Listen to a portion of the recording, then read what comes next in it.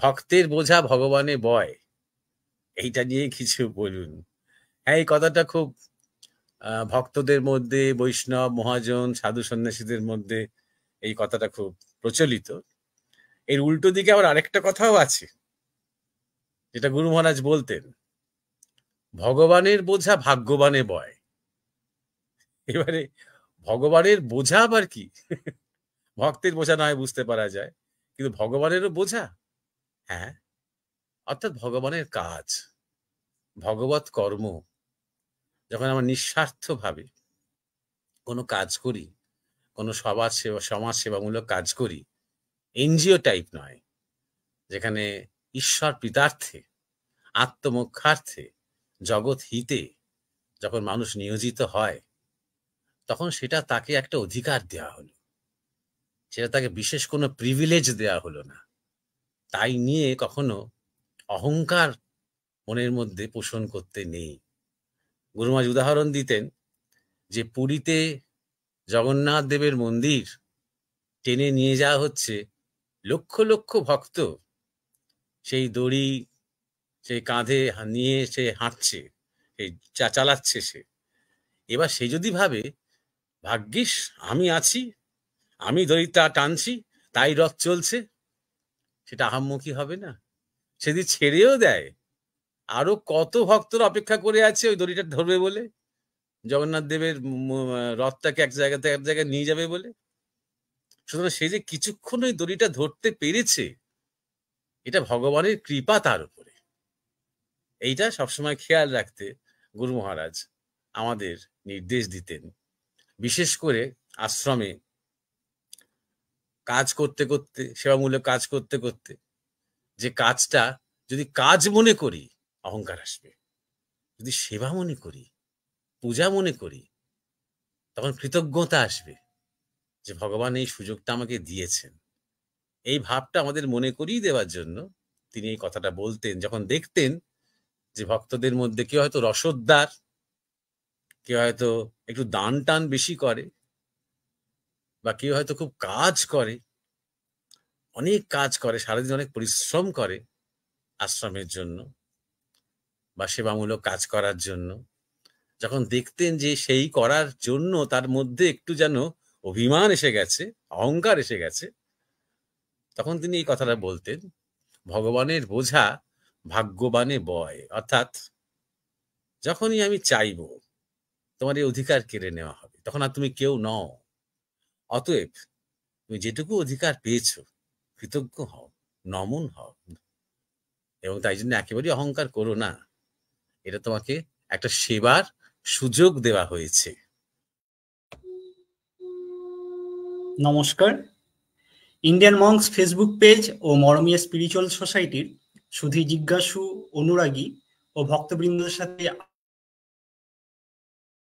আপনাদের সকলকেই দেবীপক্ষের শুভেচ্ছা ও ভালোবাসা জানাই। কালের নিরিখে আমরা ধ্বংস ও জাগরণের এক অদ্ভুত যুগ সন্ধিক্ষণে এসে দাঁড়িয়েছি। শ্রদ্ধেয় মহারাজ দীর্ঘদিন তার আলোচনার দ্বারা আমাদের মধ্যে সেই জাগরণের চেষ্টা করে চলেছেন। এ প্রসঙ্গে মাঝে মাঝে মনের মধ্যে একটি ভাবনার উদয় হয়, আপনাদের সাথে সেটি শুধু ভাগ করে নিচ্ছি। 150 বছর আগেও ঠাকুর শ্রীরামকৃষ্ণ দেব তার অন্তরঙ্গ পার্শ্বদের সাথে মাঝে মাঝে আলোচনা করতে গিয়ে চুপ হয়ে যেতেন, বলতেন মা এসে মুখ চেপে ধরল। পরক্ষণে আবার তিনি এটাও বলতেন যে তার ইষ্টকে যে এবারে বলতে দিলি না, কিন্তু পরের বারে এসে হাটে হাঁড়ি ভাঙব। অনুরূপ সংকল্প স্বামীজির মধ্যে দেখা গিয়েছিল। তিনি বলতেন আমি বনের বেদান্তকে ঘরে ঘরে পৌঁছে দেব। আর কাকতালীয়ভাবে হলেও দেখুন, মানব সভ্যতার ইতিহাসে এই রকম ঘটনা যা সর্বসাধারণের এতটা অধিকার এর আগে পেয়েছে কিনা আমার ঠিক জানা নেই। তাই বোধহয় এবার আমাদেরই দায়িত্ব যে আমরা এই সহজলভ্যতাকে মর্যাদা দিতে পারি এবং এই সাধু কথার অধিকারী হয়ে উঠতে পারি। যাই হোক, আজকের আলোচনার বিষয় গঙ্গার মহিমা। আমি ডেকে নিচ্ছি আমার সহযোগী উমেশ দাকে।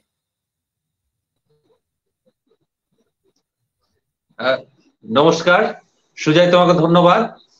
অসাধারণ বললে তুমি যে আমরা যেন অধিকারী হয়ে উঠি আজকে যে কথা সোশ্যাল মাধ্যম এবং বিভিন্নভাবে মহারাজের কথা ছড়িয়ে পড়ছে, সবাই অধিকারী হয়ে উঠছে এবং বনের বেদান্তকে ঘরে এনে দিচ্ছেন তিনি। সেই যুগে আমরা আছি, সেই জন্য আমরা কৃতজ্ঞ থাকবো, নমন থাকবো। সেই সঙ্গে তুমি উল্লেখ করলে যে আমরা দেবীপক্ষের সূচনায় আজকে প্রথম দিনে এসেছি। দেবীপক্ষের প্রথমেই ইন্ডিয়ান মংস ফেসবুক পেজ এবং মরমে স্পিরিচুয়াল সোসাইটি ইউটিউব চ্যানেলের সমস্ত দর্শক শ্রোতাকে ভালোবাসা জানাই। আমরা মহারাজকে প্রণাম জানিয়ে আজকের অনুষ্ঠানে আহ্বান জানাবো। নমস্কার সবাইকে। উমেশ ও সুজয় তোমাদের অভিবাদন, স্বাগত জানাই, এবং সকল দর্শক, অনুরাগী এবং শ্রোতা তাদের উদ্দেশ্যে আজকে জানাই যে দেবীপক্ষের প্রথম দিন, এই বিশেষ পক্ষ আমাদের মাঠে ঘাটে দেবীপক্ষের আগমনী বেজে উঠুক, আমাদের ক্ষেতের ফসলে, নদীর জলে, পশু পাখির ছন্দে, গাছপালার ফলে ফুলে, সূর্যে চন্দ্রে, অন্তরিক্ষে, মানুষের মনে, মানুষের চেতনায়, মানুষের মৌলিকত্বে, স্বাধীনতায় শক্তি আসুক, আগমন হোক এবং উত্থান হোক। সারা পৃথিবীতে বিভিন্ন স্তরে নানা রকম সংঘাতের মধ্যে আমরা আছি এখন। তার মধ্যে কোথায় যে সত্য, কোথায় যে মিথ্যা, কোথায় যে ভালো, কোথায় যে মন্দ, কোথায় যে ধর্ম, কোথায় যে অধর্ম, সেটা বোঝা আমাদের মতন সাধারণ মানুষের পক্ষে দুঃসাধ্য। তবু অবশ্যই আশা রাখি এবং জানি মনে মনে, সেই প্রত্যয় আছে যে শেষ পর্যন্ত ধর্মের জয় হবে, সত্যের জয় হবে, এবং এই সভ্যতা এবং সংস্কৃতির মধ্যে যা কিছু উত্তরণমুখী, সেই সম্ভাবনা আরো বেশি ত্বরান্বিত হবে। এবারে তোমরা জিজ্ঞাসা দিয়ে এবার শুরু করো আলোচনা। হ্যাঁ হ্যাঁ হ্যাঁ মহারাজ, আপনি যে কথা বললেন আর কি, সত্যের জয়, ধর্মের জয়, এবং তার জন্যই সৎসঙ্গ, তার জন্যই সেই দিশা দেখানোর এই পরিকল্পনা, এই আয়োজন। তো আজকে প্রথমে যিনি জিজ্ঞাসা রেখেছেন তিনি রুবি। তিনি মহারাজ আপনার কাছে জানতে চেয়েছেন, আপনি বলেছেন যে বিভিন্ন রকম শব্দ শোনা যায়, কখনো শঙ্খ, কখনো ঝিঁঝি পোকা, কিন্তু সবাই যে দেখবে বা শুনবে তার কোনো মানে নেই, সেটা নির্ভর করে সংস্কারের উপর। এই সংস্কার কি? এ কি পূর্বজন্মের উপর নির্ভর করে? কিভাবে বুঝবো কার কি রকম সংস্কার? এটা আগের একটি আপনার মীমাংসা থেকে নিশ্চয়ই উনি আর কি কোট করেছেন, বা তার ভালো লাগা থেকে আবার নতুন জিজ্ঞাসা এনেছেন।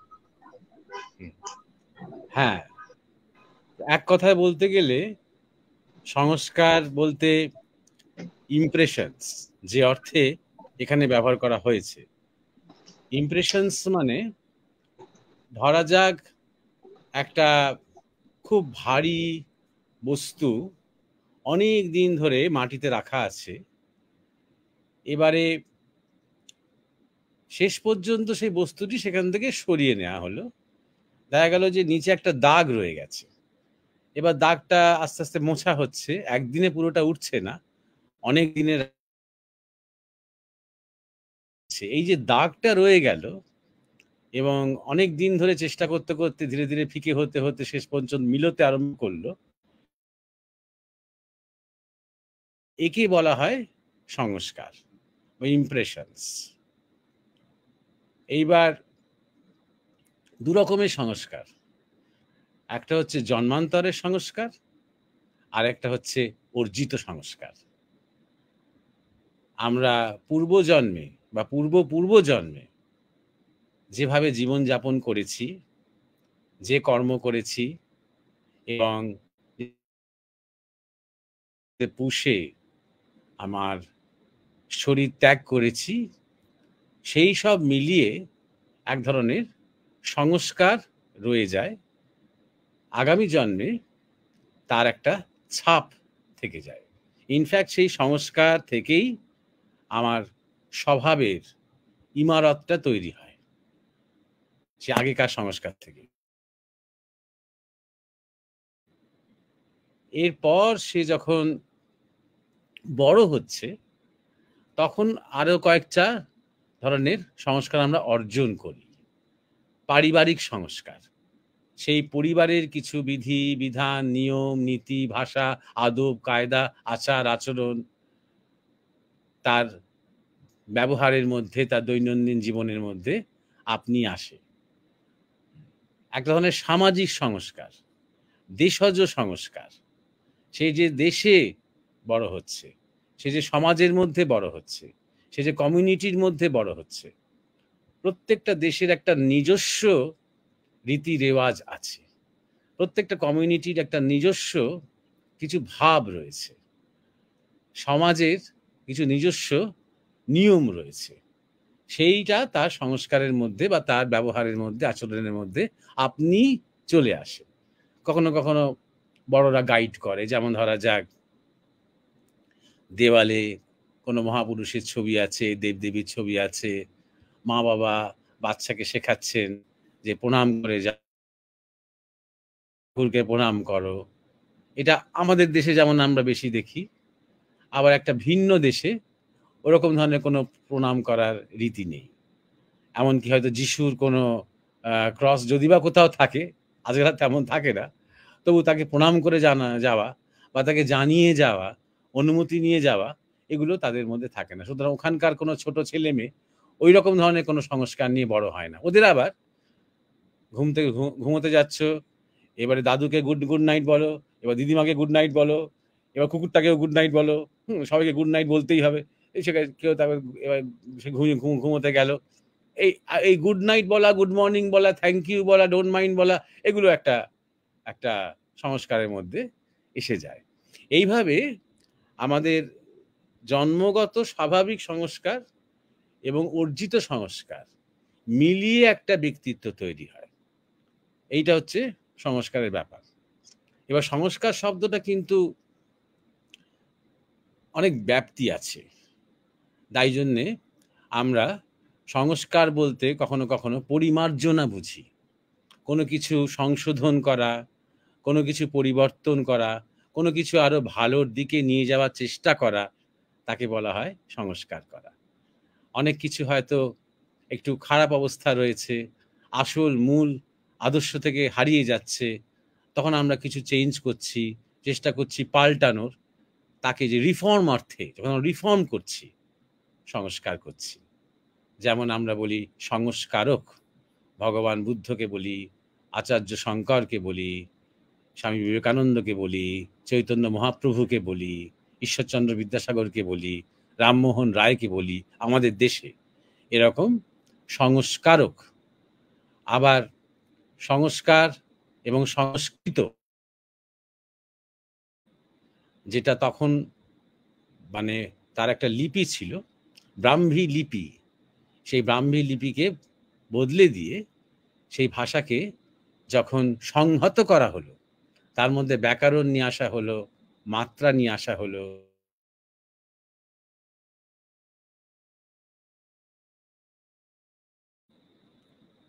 সংস্কৃত, এই সংস্কৃত এবং সংস্কার থেকে সংস্কৃতি কথাটা এসেছে। এইখানে আরেকটা আমরা ভালো হিন্ট পাচ্ছি যে সংস্কার সেই অর্থে তার মানে স্ট্যাটিক নয়। অর্থাৎ একটা সংস্কারে আমার আছে, চিরকালই আমাকে সেই সংস্কারটাই থাকতে হবে, আমাকে বই নিয়ে যেতে হবে, আমার সংস্কার কখনো পাল্টাবে না বা সংস্কারে কখনো কোনো উত্তরণ হবে না, তা কিন্তু নয়। সংস্কার মানেই তাই, যা পাল্টায়। জন্মান্তরে যেমন পাল্টাচ্ছে, তেমন অর্জিত সংস্কারও পাল্টাচ্ছে ক্রমাগত। যার মধ্যে একটা দিশা রয়েছে, যার মধ্যে একটা খোঁজ রয়েছে, যার মধ্যে একটা চলা রয়েছে, তার সংস্কার পাল্টায় এবং সেইখান থেকেই সংস্কৃতি আসে। সেই পাল্টানো, সেই চলা থেকেই আমাদের গান, আমাদের কবিতা, আমাদের সাহিত্য, আমাদের কাজ, আমাদের সেবা, আমাদের ধর্ম নিয়ে পর্যালোচনা, আমাদের আধ্যাত্মিক চিন্তা ভাবনা, আমাদের গবেষণা, আমাদের রাজনীতি, আমাদের কূটনীতি, প্রশাসন, সবকিছুর মধ্যে তখন এই পরিবর্তনের ছাপ আসতে আরম্ভ করে।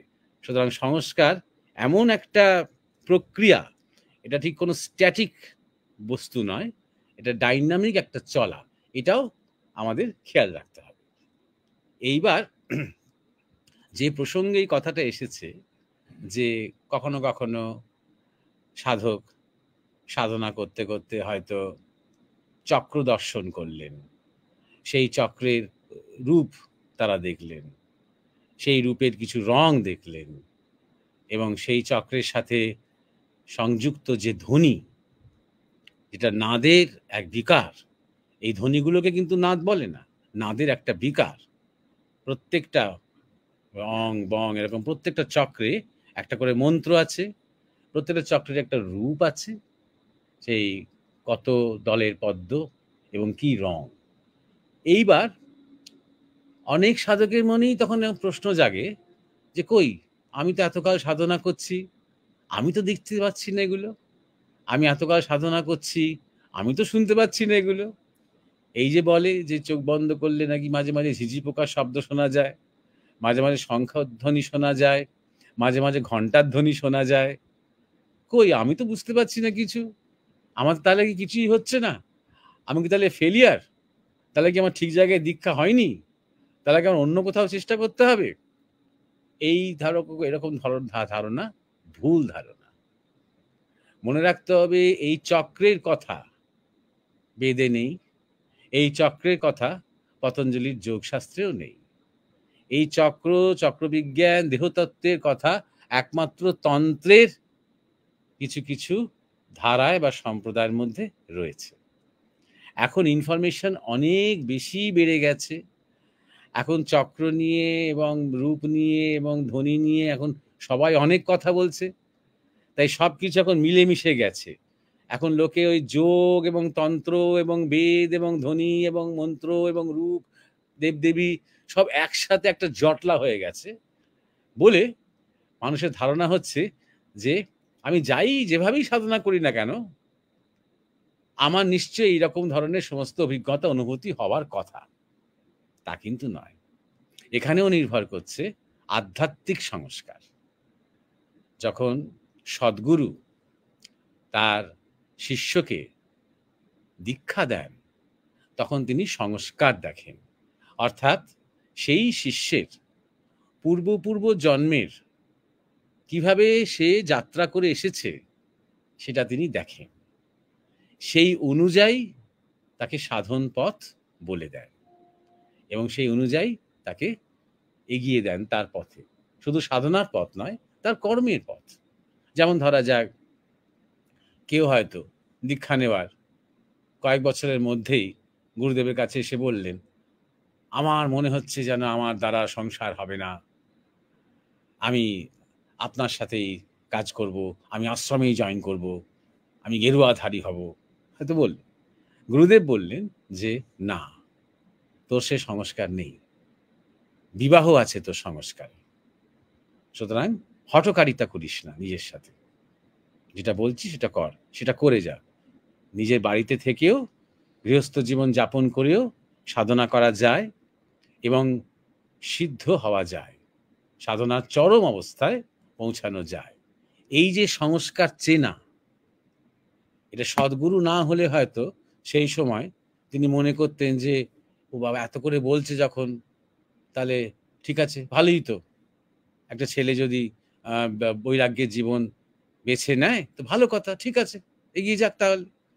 কিন্তু পরবর্তীকালে ওই আশ্রম জীবন যাপন করতে করতে তার কিছু জীবনে অঘটন ঘটে যেতেই পারে, এবং যেহেতু তার সংস্কারে বিবাহ আছে, তার সম্ভাবনার মধ্যে যেহেতু বিবাহ আছে, অতএব কিছু না কিছু যোগাযোগ তার জীবনে আসতে পারে। দেখা গেল সে আশ্রম ত্যাগ করে শেষ পর্যন্ত বিবাহ করলো, তাতে তারও একটুখানি মান সম্মানের একটুখানি পতন হলো, আর আশ্রম এবং গুরু সে সম্বন্ধেও মানুষের মধ্যে একটা ধারণা হলো যে তিনি জানতেন না, তিনি না জেনে এইভাবে দীক্ষা দিলেন, এইভাবে তিনি অনুমতি দিলেন।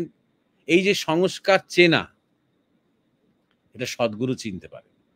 সুতরাং এই যে এই জিজ্ঞাসাটা এসেছে, কিভাবে বুঝবো কার কেমন সংস্কার, আধ্যাত্মিক জগতে কার কেমন সংস্কার একজন মানুষ সে নিজে বুঝতে পারে না।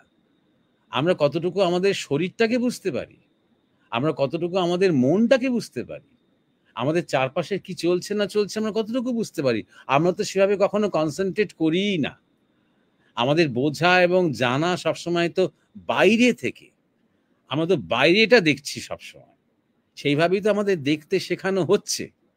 অতএব নিজের সংস্কার বোঝা, বুঝতে গেলে তো নিজের পূর্বজন্ম জানতে হয়, বা পূর্বজন্ম যদি নাও জানি, জীবনকে অন্যভাবে দেখতে হয়। যে আমার শরীরটা এই রকম গঠন কেন, আমার শরীরটা শক্ত শক্ত না নরম নরম, আমার খাদ্য রুচি এই রকম কেন, আরেকজন এই তেতো খেতে ভালোবাসে, আমি কেন ভালোবাসি না। এইভাবে ছোট ছোট ছোট ছোট বিষয় নিয়ে এগোতে এগোতে এগোতে এগোতে সমস্ত কিছু বিচার করতে করতে বুঝতে বুঝতে তবে সে একটা ধীরে ধীরে বুঝতে পারবে সংস্কারের প্রকৃত চরিত্রটা কেমন। আর তখন সে বুঝতে পারবে যে প্রত্যেকের সাধন পথ সেই জন্য আলাদা, কারোর সাথে কারোর তুলনা হবে না। আমি কোনো জ্যোতি দেখতে পাই মানেই যে আরেকজনও জ্যোতি দেখতে হবে তার কোনো মানে নেই। জ্যোতি দেখা আধ্যাত্মিক উন্নতির কিন্তু কোনো একটা বিশেষ লক্ষণ নয়, আর আরেকজনের জ্যোতি না দেখা আধ্যাত্মিক অবনতি বা আধ্যাত্মিক স্ট্যাগনেশনেরও কোনো বিশেষ নমুনা নয়। এইটা বুঝতে হবে। সাধক যখন সাধনা করবে তখন সে চাইবে যে আমি যেন ঈশ্বরের পথে এগোতে পারি, আমার মধ্যে যেন ঈশ্বরত্ব জাগে, আমার যেন ভগবান লাভ হয়। এই জন্য সে সাধনা করবে না যে আমি কবে একটা বিশেষ ধ্বনি শুনতে পাবো, বা আমি কবে একটা চোখের সামনে কোনো রূপ দেখতে পাবো, বা কোনো রং দেখতে পাবো, বা আমার শরীরটা কখন লেভিটেট করবে, শূন্যে উঠবে। অনেকেই দেখি জানতে চায় বারবার ক্রিয়াযোগ সম্বন্ধে কিছু বলুন, ক্রিয়াযোগ নিয়ে আমার খুব আগ্রহ। এটা শখ মেটানোর জায়গা নয়। প্রথম কথা বুঝতে হবে যে তার শরীর, তার চেতনা, তার সংস্কার, তার স্বভাব কি ক্রিয়াযোগের উপযুক্ত।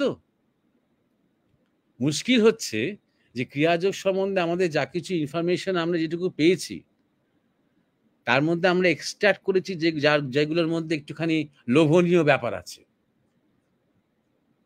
যেমন লালগোলা শ্রী বরদাচরণ মজুমদার স্কুলের হেডমাস্টার মশাই ছিলেন, তিনি স্টাফ রুমে বসে ধ্যান করতেন। কেউ কেউ দেখতে পেতেন যে তার শরীরটা চেয়ার থেকে শূন্যে উঠে গেছে, আমি ক্রিয়াযোগ করব, তাহলে আমারও হবে। শ্যামাচরণ লাহিড়ী মহাশয় রাত্রিবেলা ধ্যান করতেন। হঠাৎ একদিন স্ত্রী দরজা খুলে ঢুকতে গিয়ে দেখেছেন যে তিনি একদম শরীরটা উপরে উঠে আছে, একেবারে সেই ঘরের ছাদে তার মাথাটা ঠেকে আছে। এইগুলো আমাদের বেশি মনে থাকে। শ্যামাচরণ লাহিড়ী তারপরে তিনি কি প্রবচন করেছেন, কি বলেছেন, ব্রহ্মজ্যোতি নিয়ে কত আলোচনা করেছেন, সেইগুলো নিয়ে কিন্তু কারো অত মাথা ব্যথা নেই। তারপর যে বাবাজি মহারাজের সাথে যোগাযোগ, সেই যোগানন্দ মহারাজই হন কিংবা শ্যামাচরণ লাহিড়ী মহাশয় হন কিংবা অন্যান্য ক্রিয়াযোগী হন, ফিজিক্যাল রিয়ালিটির প্রতি আমাদের ঝোঁক, সেইখান থেকে ক্রিয়াযোগের প্রতি আগ্রহ। তাই জন্য এরকম ধরনের জিজ্ঞাসাগুলো আমি খুব একটা আলোচনা করতে পছন্দ করি না। এখানে শখ মেটানোর কাজ নয়। দেখা যাবে যে একজন হয়তো পূর্ব জন্মে সে ভক্তিযোগের সাধনা পেয়েছে তার গুরুর কাছ থেকে, আর এইবার হঠাৎ তার শখ মেটাতে ইচ্ছে করেছে।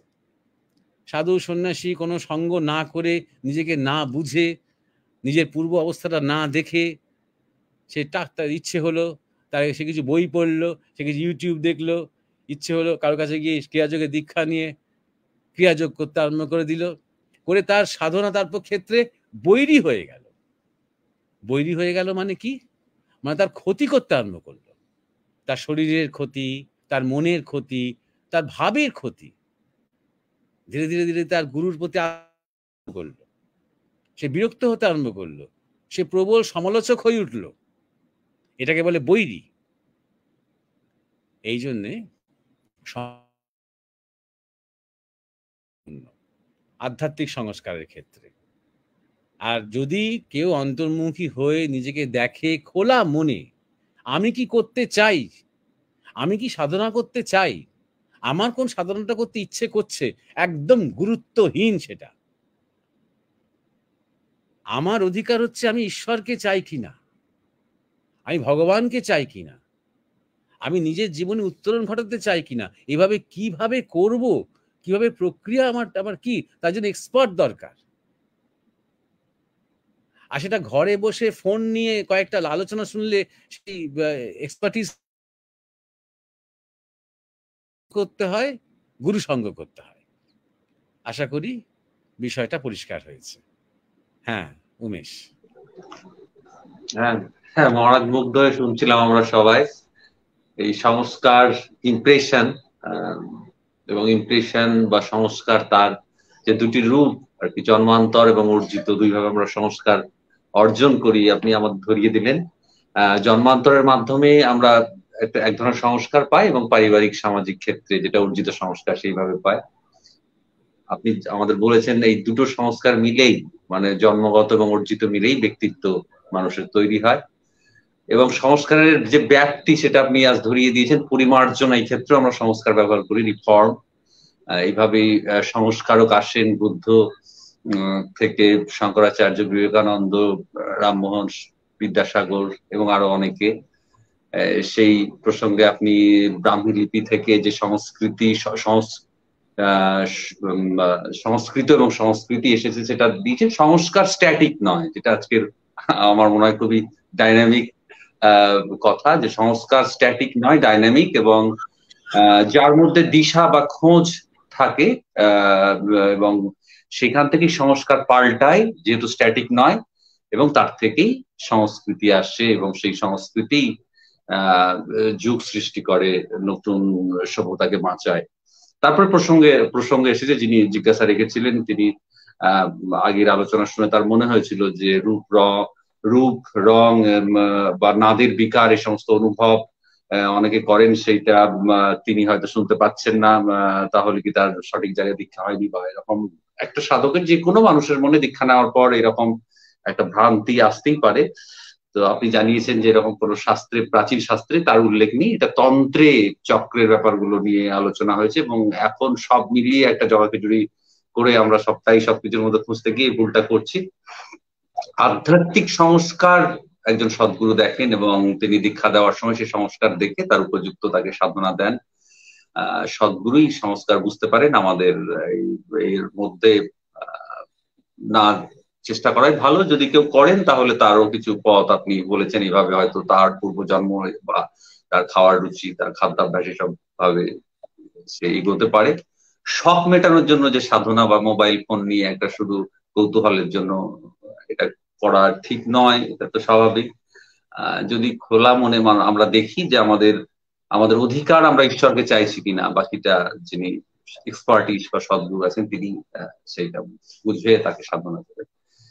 এবং আরেকটা কথা যেটা আমাদের খুবই ভালো লেগেছে, আপনি আজ বলেছেন যে কোন রকম জ্যোতি দেখা বা কোনো রকম শব্দ শোনা সেটা মানেই তার একটা বিরাট আধ্যাত্মিক উন্নতি হচ্ছে, সেটা না। যাই হোক, মহারাজ চমৎকার। এবারে সুজয় দ্বিতীয় যে জিজ্ঞাসা মহারাজের জন্য রাখা হয়েছে। আজকের অনুষ্ঠানের নাম গঙ্গার মহিমা, তার পরের জিজ্ঞাসা আমরা আসবো, তার আগে সুজয় পরের যে জিজ্ঞাসা আছে সেটা একটু রাখ। হ্যাঁ উমেশ দা, পরে জিজ্ঞাসা করেছে অনন্দিতা দত্ত। তিনি জানতে চেয়েছেন, প্রণাম মহারাজ, why we suffering our child's death pain, what is reason and which type of prarabdha karma is responsible for that, please explain. হ্যাঁ ধন্যবাদ উমেশ এবং সুজয় এবং অনিন্দিতা। আপনার জিজ্ঞাসা দেখে মনে হচ্ছে যে আপনি হয়তো সম্প্রতি বা আগেও হতে পারে আপনি সন্তান হারাতে হয়েছে আপনাকে। আপনার জিজ্ঞাসা বাংলা মর্মার্থ করলে, আমরা আমাদের সন্তানের মৃত্যু কষ্ট বা মৃত্যু শোক কেন ভোগ করছি, তার কারণ কি, কেমন ধরনের প্রারব্ধ কর্ম এর জন্য দায়ী, দয়া করে একটুখানি বুঝিয়ে বলুন। এখানে কোনো প্রারব্ধ কর্ম বুঝিয়ে বললেই যে সন্তানের যে হারানো শোক, সেই শোক মিটবে সে কথা বলা যায় না। এ এক ভীষণ শোক, মারাত্মক শোক।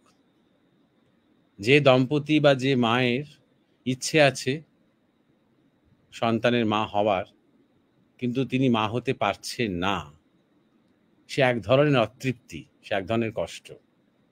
আর যিনি মা হয়েও তারপরে অকালে তার সন্তানকে হারাতে হয়েছে, সেটা সবচেয়ে মর্মান্তিক তৈরি করে মায়ের মধ্যে। একমাত্র খুব আধ্যাত্মিক পথে না এলে সে অবস্থা থেকে, সেই ট্রমা থেকে, সেই শূন্যতা থেকে তার উদ্ধার হওয়া কঠিন, দুঃসাধ্য।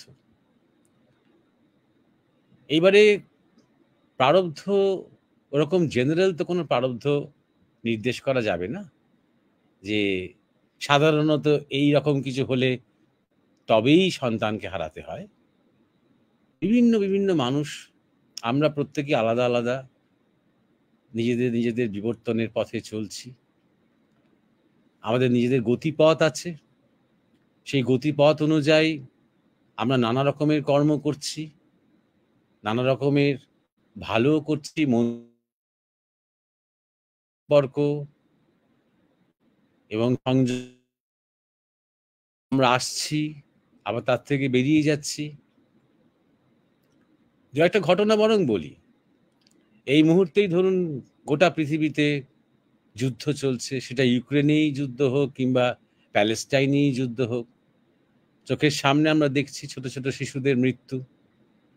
তাদের মায়েরা যদি বেঁচে থাকে, তাহলে কত মা এই সময় অসহায় এক আর্তক্রন্দন করছে।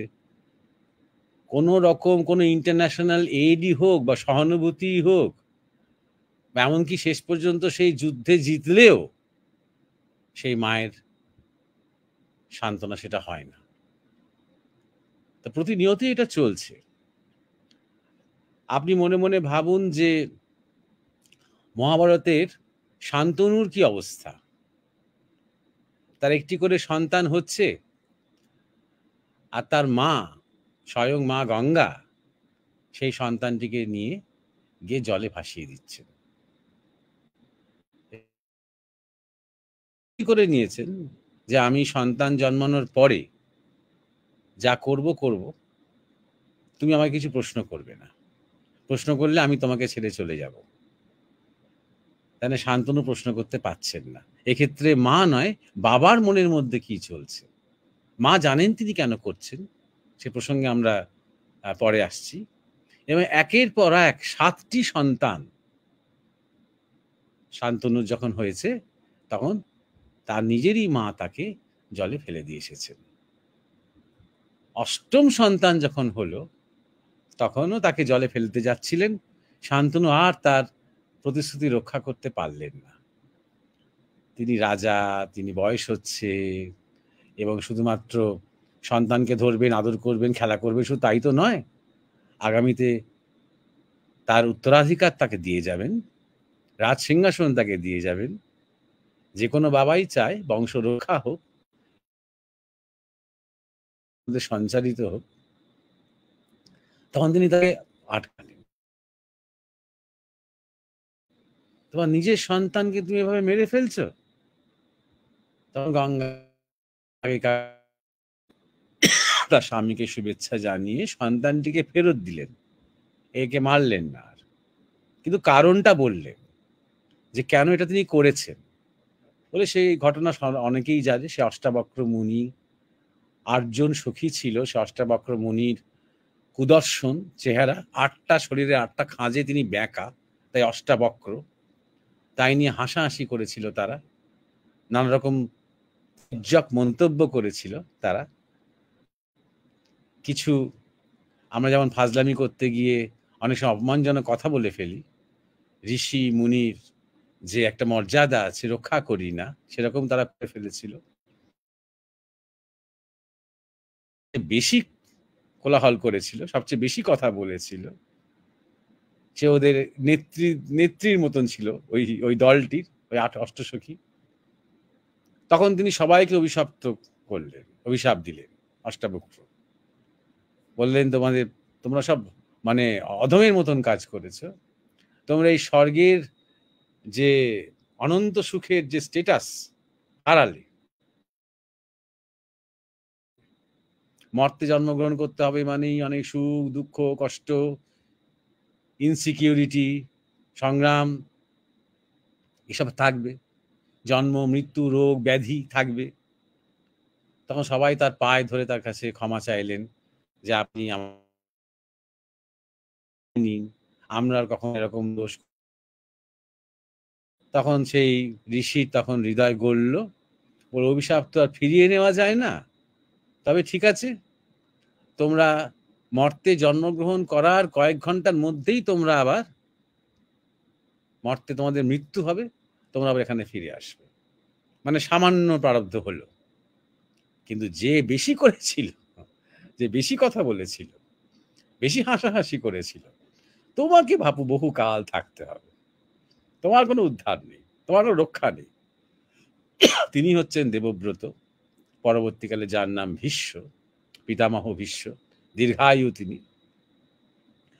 তো এইরকম ধরনের একটা প্রারব্ধ, এগুলো আমাদের জানার বাইরে। তবে অবশ্যই কার্যের পেছনে তো কারণ থাকবেই। আরো একটা ঘটনা বলি। গুরু মহারাজের বর্ধমানের বনগ্রামের যে আশ্রম, গুরু মহারাজের খুবই নিকটজন একজন, নিকট এক পরিবার, তারা বনগ্রামেরই পরিবার। সেই পরিবারের একটি ছেলে, তার বয়স মাত্র 12। দোল উৎসবের আগের দিন সন্ধ্যেবেলা থেকে তাকে পাওয়া যাচ্ছে না। খোঁজ যে ওই আশ্রমের পুকুরের মধ্যে সে ডুবে গেছে। বডি যখন তোলা হলো, চেষ্টা করা হলো তার প্রাণ ফেরানো, তখন সেই মায়ের যে কান্না, ভীষণ কান্না, একমাত্র পুত্র, আর তারা গুরু মহারাজের অত নিকট, অত তার জীবনেও এরকম ঘটনা, তুমি কেন আটকাতে পারলে না করে সে মায়ের কান্না। স্বাভাবিক, সে মায়ের একদম ডুকরে ডুকরে কান্না, চাপড়ে চাপড়ে কান্না, মাথা ঠুকতে ঠুকতে কান্না। গুরু মহারাজ নীরব থাকলেন। এবং অনেক পরে যখন সুযোগ হলো, এই ঘটনার বৃত্তান্ত গুরু মহারাজ আমাদের কাছে ব্যক্ত করেছিলেন। যখন অমরনাথ গিয়েছিলেন, তখন তার সাথে কিছু বিদেশিনীরা ছিলেন। এবারে অমরনাথের ওখানকার পান্ডারা নিয়ম করেছিলেন, ওখানকার যারা অমরনাথ গুহা যারা দেখাশোনা করতেন, যে কোনো অহিন্দু ঢুকবে না এই গুহার মধ্যে। তখন গুহাতে ঢোকা যেত, সেই বরফের শিবলিঙ্গ স্পর্শ করা যেত, বসা যেত, এত ভিড় হতো না। তখন একটা স্বামীজির সাথে একটা বাদানুবাদ শুরু হয়ে যায়। তখন একটা সাধু উঠে এসে তখন সেই বাদানুবাদে জড়িয়ে পড়েন। জড়িয়ে পড়ে বলেন, গুরুদেবকে বলে তখন গুরুদেবের নামে, অর্থাৎ স্বামীজির গুরুদেবের নামে তিনি তখন কিছু কটূক্তি করেন। তখন স্বামীজি ওই তার হাতে লাঠি ছিল, বলতে হয় হাতে লাঠি ছিল, তিনি তখন সেই অমরনাথ গুহার সামনে সেই লাঠি নিয়ে দাঁড়িয়ে গেলেন। বললেন, আমার গুরুদেবের অপমান করা হয়েছে এখানে, আজ আমি এই অমরনাথ তীর্থস্থান ধ্বংস করে দেব। এই তার রুদ্র মূর্তি দেখে একজন বয়োজ্যেষ্ঠ সন্ন্যাসী সেখানে ছিলেন। তিনি সেই সাধুকে ডেকে বললেন, যার সাথে তুমি বাদানুবাদ করছো, এ নিজেই সাক্ষাৎ শিব, তুমি তাকে চটিয়েছ, একদম ভালো করনি, বিরাট ক্ষতি হয়ে যাবে, এক্ষুনি তার পায়ে পড়ে এবং ক্ষমা চাও। তখন সে সাধু বেচারাও একটু ভয় পেয়ে গেলেন। তিনি তখন পায়ে ধরে তার কাছে ক্ষমা চাইলেন। তখন স্বামীজির আস্তে আস্তে আস্তে আস্তে ক্রোধ প্রশমিত হলো। বলা হয় সাধুর রাগ জলের দাগ, বেশিক্ষণ থাকে না। তিনি বললেন যে আমি তোমায় ক্ষমা করে দিয়েছি, কিন্তু তুই আমার গুরুর নামে যে অপমান করেছো, সে ক্ষমাটা তো আমি করতে পারি না, আমার সে অধিকার নেই। আমার গুরুই একমাত্র তোমাকে ক্ষমা করতে পারেন, অপেক্ষা করতে হবে যতদিন না গুরু তোমাকে ক্ষমা করছেন। বলে স্বামীজি সেখান থেকে অমরনাথ দর্শন করে সেখান থেকে চলে গেলেন। এ তো অনেক বছর আগেকার অমরনাথ যাত্রা, যেখানে তিনি ইচ্ছা মৃত্যু বর পেয়েছিলেন বলে পরে জানিয়েছিলেন। তো যাই হোক, অনেক পরে আমাদের গুরু মহারাজ যখন অমরনাথ দর্শনে যাচ্ছেন এবং তার সাথে তার কিছু ভক্ত আছে কয়েকজন, সেই সময় তিনি দেখলেন একটা সূক্ষ্ম শরীর বারবার তাকে যেন এক ধরনের ডিস্টার্ব করছে, বারবার তার দৃষ্টি আকর্ষণ করার চেষ্টা করছে। আর হবিত হওয়া অমরনাথ পৌঁছানোর আগের দিন রাত্রিবেলা সেখানে ওই পাহাড়ি গ্রামের মধ্যে স্বামী বিবেকানন্দের একটা ডকুমেন্টারি দেখানো হচ্ছিল রাস্তায়, একেবারে আগেকার দিনে সেই ওই যে সিনেমা দেখানো হতো প্রজেক্টর দিয়ে, সেরকম ভাবে। তা সেখানে ওই মানে তিনি উত্তেজনাটা বুঝতে পারলেন আরো বেশি করে সেই সূক্ষ্ম শরীরের। তখন গুরুমা বললেন, কি হয়েছে? আমাকে মুক্তি দিন। ও তখন গুরুমহারাজ কনসেন্ট্রেট করে দেখলেন ওই স্বামীজির সাথে তার সেই ঘটনা। তখন গুরুমহারাজ বললেন, ঠিক আছে, কিন্তু আপনাকে আবার জন্ম নিতে চাই না। বলে, আপনাকে জন্ম নিতেই হবে, অল্প কিছু কালের জন্য হলেও নিতে হবে। তখন কথা হলো যে 12 বছর। তো এই 12 বছরের আয়ু নিয়ে ছেলেটি এসেছিল এবং গুরু মহারাজের কাছেই তার জন্ম হয়েছিল আশ্রয় ওই গ্রামের মধ্যে। এবং যখন 12 বছর যখন পূর্ণ হচ্ছে, মজার কথা হচ্ছে যখন তার জন্ম হলো, সেই জাতকের কোনো ঠিকুজি কুষ্টি গুরু মহারাজ করতে দেননি বাড়ির লোককে, বলাই বাহুল্য কাউকে তিনি জানাননি এ কথা। 12 বছর যখন কমপ্লিট হলো, তখন নাকি সূক্ষ্মতে, ছেলেটি কিছু জানতে পারছে না সচেতন ভাবে, কিন্তু সূক্ষ্মতে নাকি গুরু মহারাজ তাকে আরো কিছুদিন থেকে যেতে বলেছিলেন, বিশেষ করে তার মায়ের কথা ভেবে। সেই সূক্ষ্ম শরীরটি আর রাজি হয়নি। তো এইভাবেই, এবং ছেলেটি সাঁতার কাটতে পারতো না, এইভাবেই এক ধরনের সে স্বেচ্ছায়, সে কিছুটা জেনে কিছুটা না জেনে এক ধরনের শরীর সমাধি তার হয়ে গেল। এইরকম প্রত্যেকের আমাদের ব্যক্তিগত জীবনের অনেক, আমরা প্রত্যেকে একটা গল্প, এবং সেই গল্পগুলো কিন্তু আমরা জানি না। মুশকিল হচ্ছে আমাদের কোনো মালিকানা নেই। মানে আমার ছেলে আমার সম্পত্তি নয়, সে একটা যাত্রার মধ্যে রয়েছে, আমিও এক যাত্রার মধ্যে। কোনো একটা কার্যকারণ বশত সে আমার সন্তান রূপে কিছুদিনের জন্য এসেছে, তারপর তার যে হঠাৎই হয়তো তাকে চলে যেতে হলো, তারও নিশ্চয়ই কোনো কার্যকারণ আছে। আবার সে জন্মাবে, হয়তো এতদিনে সে জন্মে গেছে, অন্য কোনো পরিবারে এসেছে। খুব বেশি হলে আমি কি করতে পারি? তার প্রতি যদি খুব ভালোবাসা থাকে, তার জন্য প্রার্থনা করতে পারি, সার্থক হয়, উত্তরোত্তর উন্নতি উত্তরণ যেন তার মধ্যে হয়, এইটুকু প্রার্থনা করতে পারি। যে কষ্টটা আমাদের পেতে হচ্ছে, এমন তো হতে পারে যে কোনো কোনো জন্মে আমি কারুর সন্তান হারানোর কারণ হয়ে থাকতে পারি, কারুর কাছ থেকে হয়তো তার সন্তানকে আমি ছিনিয়ে নিয়েছি, এমন হতে পারে।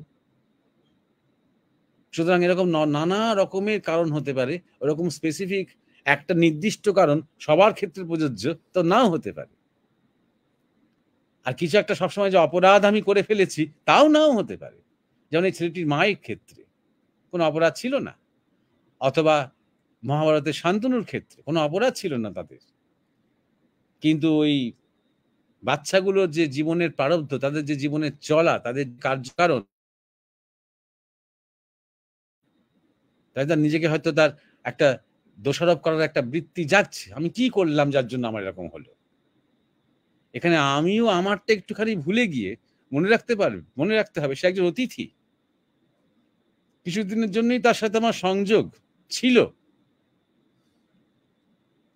অতএব তার জন্য প্রার্থনা করা করে এবার নিজের যাত্রা পথে নিজে এগিয়ে যাওয়া, এটুকুই বলা যায়।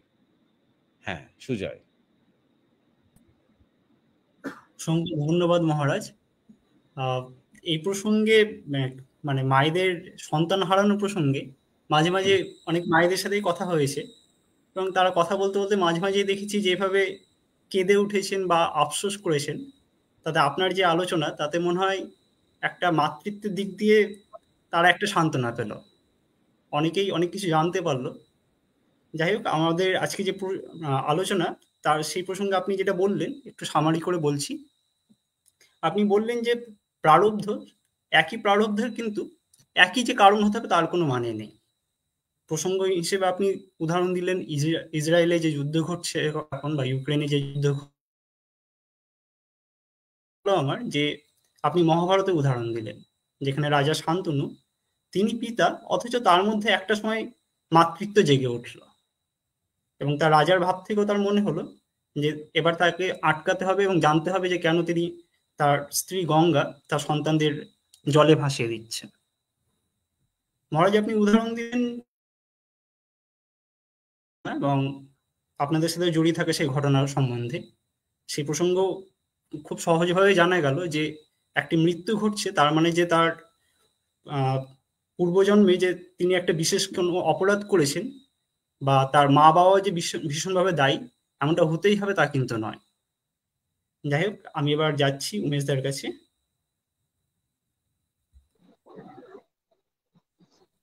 আজকে মনে হয় একটু ইন্টারনেট গোলযোগ আছে, খুব সুজয় ভালো বলেছো। যাই হোক, মহারাজের কাছে আজকের যে জিজ্ঞাসা, তৃতীয় বাবান সামাদ্দার, তিনি মহারাজ জানতে চেয়েছেন আপনার কাছে। প্রণাম মহারাজ। আপনার কাছে আমার প্রশ্ন হলো যে মানুষ নাকি গঙ্গায় স্নান করলে তার সমস্ত পাপ ধুয়ে যায়, এটা কি সত্যি? গঙ্গা স্নান নিয়ে যদি কিছু বলতেন, অথবা গঙ্গা নিয়ে যদি কিছু বলতেন। ধন্যবাদ। জানতে চেয়েছেন বাবান সামাদ্দার, আজকের অনুষ্ঠান গঙ্গার মহিমা। হ্যাঁ, এই নিয়ে আলোচনা করার আগে হ্যাঁ অনেকেই কমেন্ট করছে যে খুব বিঘ্ন হচ্ছে নেটওয়ার্কে। আমরাও দেখছি যে বিঘ্ন হচ্ছে বলে একজন লিখেছে, ভালো জিনিসে নেটওয়ার্কের সমস্যা হয় দেখছি। মনে হয় এইসব কোম্পানিরা চায় না মানুষ ভালো জিনিস জানুক। না, এখনো অতটা চক্রান্ত কিছু হয়নি। তবে হ্যাঁ, নেটওয়ার্ক হচ্ছে, সমস্যা হচ্ছে এখানে। আমরা যতটা সম্ভব আমাদের ব্রডব্যান্ড সার্ভার যাচ্ছি, যাতে করে সম্প্রচারের কোয়ালিটি ভালো হয়, উন্নত হয়। কিন্তু ব্যাপারটা তো আমাদের হাতে নয়, তাই জন্য আপনারা একটু ধৈর্য ধরুন, আর আশা করছি আস্তে আস্তে ঠিক হয়ে যাবে। এখানে নেটওয়ার্কে খুবই আনস্টেবল অবস্থায় নেটওয়ার্ক রয়েছে। এইবারে যে জিজ্ঞাসাটা এসেছে, গঙ্গায় স্নান করলে কি সত্যি, এইরকম ধরনের একটা জিজ্ঞাসা পার্বতী শিবকে করেছিলেন। পার্বতী বলেছিলেন, হে স্বামী, এত যে লক্ষ লক্ষ মানুষ প্রতিবার কুম্ভ মেলায় আসছে এবং এই ত্রিবেণীতে স্নান করছে, সমস্ত পাপ ধুয়ে মুছে শুদ্ধ হয়ে যাচ্ছে, তারা মুক্ত হয়ে যাচ্ছে, সত্যি কি এরকম হয়? তখন শিব মুচকি হেসে বলেছিলেন, দেখা যাক, একটা এক্সপেরিমেন্ট করা যাক। তখন শিব সাজলেন একজন মৃত ব্রাহ্মণ, আর পার্বতী সাজলেন সেই মৃত ব্রাহ্মণের সদ্য বিধবা পত্নী, এবং ব্রাহ্মণের শরীরটা কোলে নিয়ে তিনি আকুল হয়ে কাঁদছেন। এই কান্না একদম কুম্ভ মেলার মধ্যে, প্রচুর মানুষ সেখানে। এই কান্না দেখে সহানুভূতিশীল হয়ে কে হয়তো এগিয়ে আসছে যে, মা কাঁদছেন কেন, কি হয়েছে? তখন ব্রাহ্মণী বলছেন যে, দেখো বাবা, আমি বুড়ো মানুষ, হ্যাঁ, উনি মারা গেলেন এখানে, কি করব এখন, অসহায়, কিছু নেই, সামর্থ্য নেই, সঙ্গে লোকজন নেই, কি করে সৎকার করব, কে মুখাগ্নি করবে, আমি কিছু বুঝতে পারছি না। তখন সহানুভূতিশীল ব্যক্তি হয়তো বলছেন, ঠিক আছে মা, চিন্তা করবেন না, এই তো আমরা আছি, আমরা এই মৃতের সৎকার করব, যা করার সব করব, ব্যবস্থা করব, আপনাকে চিন্তা করতে হবে না। তখন ব্রাহ্মণী খুশি হয়ে বলছেন, তোমাদের কল্যাণ হোক বাবা, অনেক আশীর্বাদ করি, কিন্তু উনি একটা শর্ত বলে গিয়েছিলেন। বলে, বলুন না কি শর্ত? বলে, উনি বলেছিলেন, উনি খুব সৎ ব্রাহ্মণ ছিলেন তো, যে ওনার সৎকার যে করবে, ওনার মুখাগ্নি যে করবে, এমন লোকই করতে পারবে যে যার একটু পাপ করা আছে সে করলে কিন্তু তাকেও সঙ্গে সঙ্গে দেহত্যাগ করতে হবে। এই কথা শুনে তো সব পিছিয়ে গেলেন। এবার ব্রাহ্মণীর কাছে এক একজন আসছে কান্না দেখে, এসে এই শর্ত শুনছে, শুনে তারপর তো তারা আর এগোতে সাহস পাচ্ছে না। তারা তো বলছে আমরা তো অনেক পাপ করেছি, আমাদের তো তাহলে মৃত্যু অবশ্যই, করে তারা পিছিয়ে যাচ্ছেন। এই করে সারা দিন ধরে বহু মানুষ, তখনকার দিন তো অন্যরকম, তো মানুষ মানুষের পাশে দাঁড়াতো, বহু মানুষ চেষ্টা করছিলেন যে কোনোভাবে সাহায্য করা যায় কিনা, কিন্তু শর্ত শুনে তারা পিছিয়ে গেলেন। শেষ পর্যন্ত সূর্যাস্ত হব তখন এক যুবক ছেলে সে এগিয়ে এসে বলল যে মা কি হয়েছে, কাঁদছেন কেন? তখন ব্রাহ্মণী তাকে সব কথা বললেন। ছেলেটি তখন তাকে বলল যে ঠিক আছে, আমি দেখছি, আমি সমস্ত সৎকারের ব্যবস্থা করছি, মুখাগ্নি আমিই করব, চিন্তা করবেন না। তখন ব্রাহ্মণী বললেন কিন্তু বাবা একটা শর্ত আছে, যার মধ্যে বিন্দুমাত্র পাপ আছে, যে কোনো পাপ করেছে, সে যদি মৃতদেহে সৎকার করতে যায়, মুখাগ্নি করতে যায়, তাহলে তার মৃত্যু হবে। যুবক তখন একটুখানি থমকে গিয়ে বলল ঠিক আছে, আমি তো এখনো স্নান করিনি, আমি এই ত্রিবেণীতে স্নান করিনি, তখন তো আমার শরীরে কোনো পাপ থাকবে না, আমার সমস্ত পাপ থেকে মুক্ত হয়ে যাব, না জেনে হয়তো অনেক কিছু করেছি। তখন আমি সে বলল। আর তখনই এই মৃত ব্রাহ্মণ আর তার শরীরে প্রাণ এসে গেল। শিব দর্শন দিলেন, পার্বতী দর্শন দিলেন তাকে এবং আশীর্বাদ করলেন। এবং শিব তখন পার্বতীকে বললেন, দেখলে তো দেবী, এত লক্ষ লক্ষ মানুষ, এইরকম জ্বলন্ত তার মধ্যে যে একটা আস্থা, এই মুক্ত হবে, এই সত্যি সত্যি সমস্ত গ্লানি থেকে, সমস্ত পাপ থেকে মুক্ত হবে, উদ্ধার হবে। তো এইটা হচ্ছে বেসিক্যালি সাইকোলজিক্যাল একটা গল্প, যেখানে হচ্ছে শুধুমাত্র একটা জায়গার মহিমা থাকতে পারে, অবশ্যই ত্রিবেণী সঙ্গমের মহিমা থাকতে পারে, মানে এনভায়রনমেন্টালি থাকতে পারে, কোনো কোনো মানে বিশেষ অতি লৌকিক, আমাদের পরিচয়ের, আমাদের জ্ঞানের স্পেকট্রামের বাইরে তার কিছু বিশেষ গুণ বা বৈশিষ্ট্য থাকতে পারে, কিন্তু তার সাথে আমাদের একটা সম্পর্ক আছে, আমাদের বিশ্বাস, বলি প্ল্যাসিবো এফেক্ট। যদি একজন লোককে শুধুমাত্র একটা জলের ফোঁটা দিয়ে বলা হয় এটা সাংঘাতিক ওষুধ, এই ওষুধ এক ড্রপ খেলেই দেখবে তোমার জ্বর একদম হই হই করে সেরে যাবে, এই যে সে যদি বিশ্বাস করে তার কথা, তাহলে ওই এক ফোঁটা জলের সত্যি সত্যি কাজ হবে।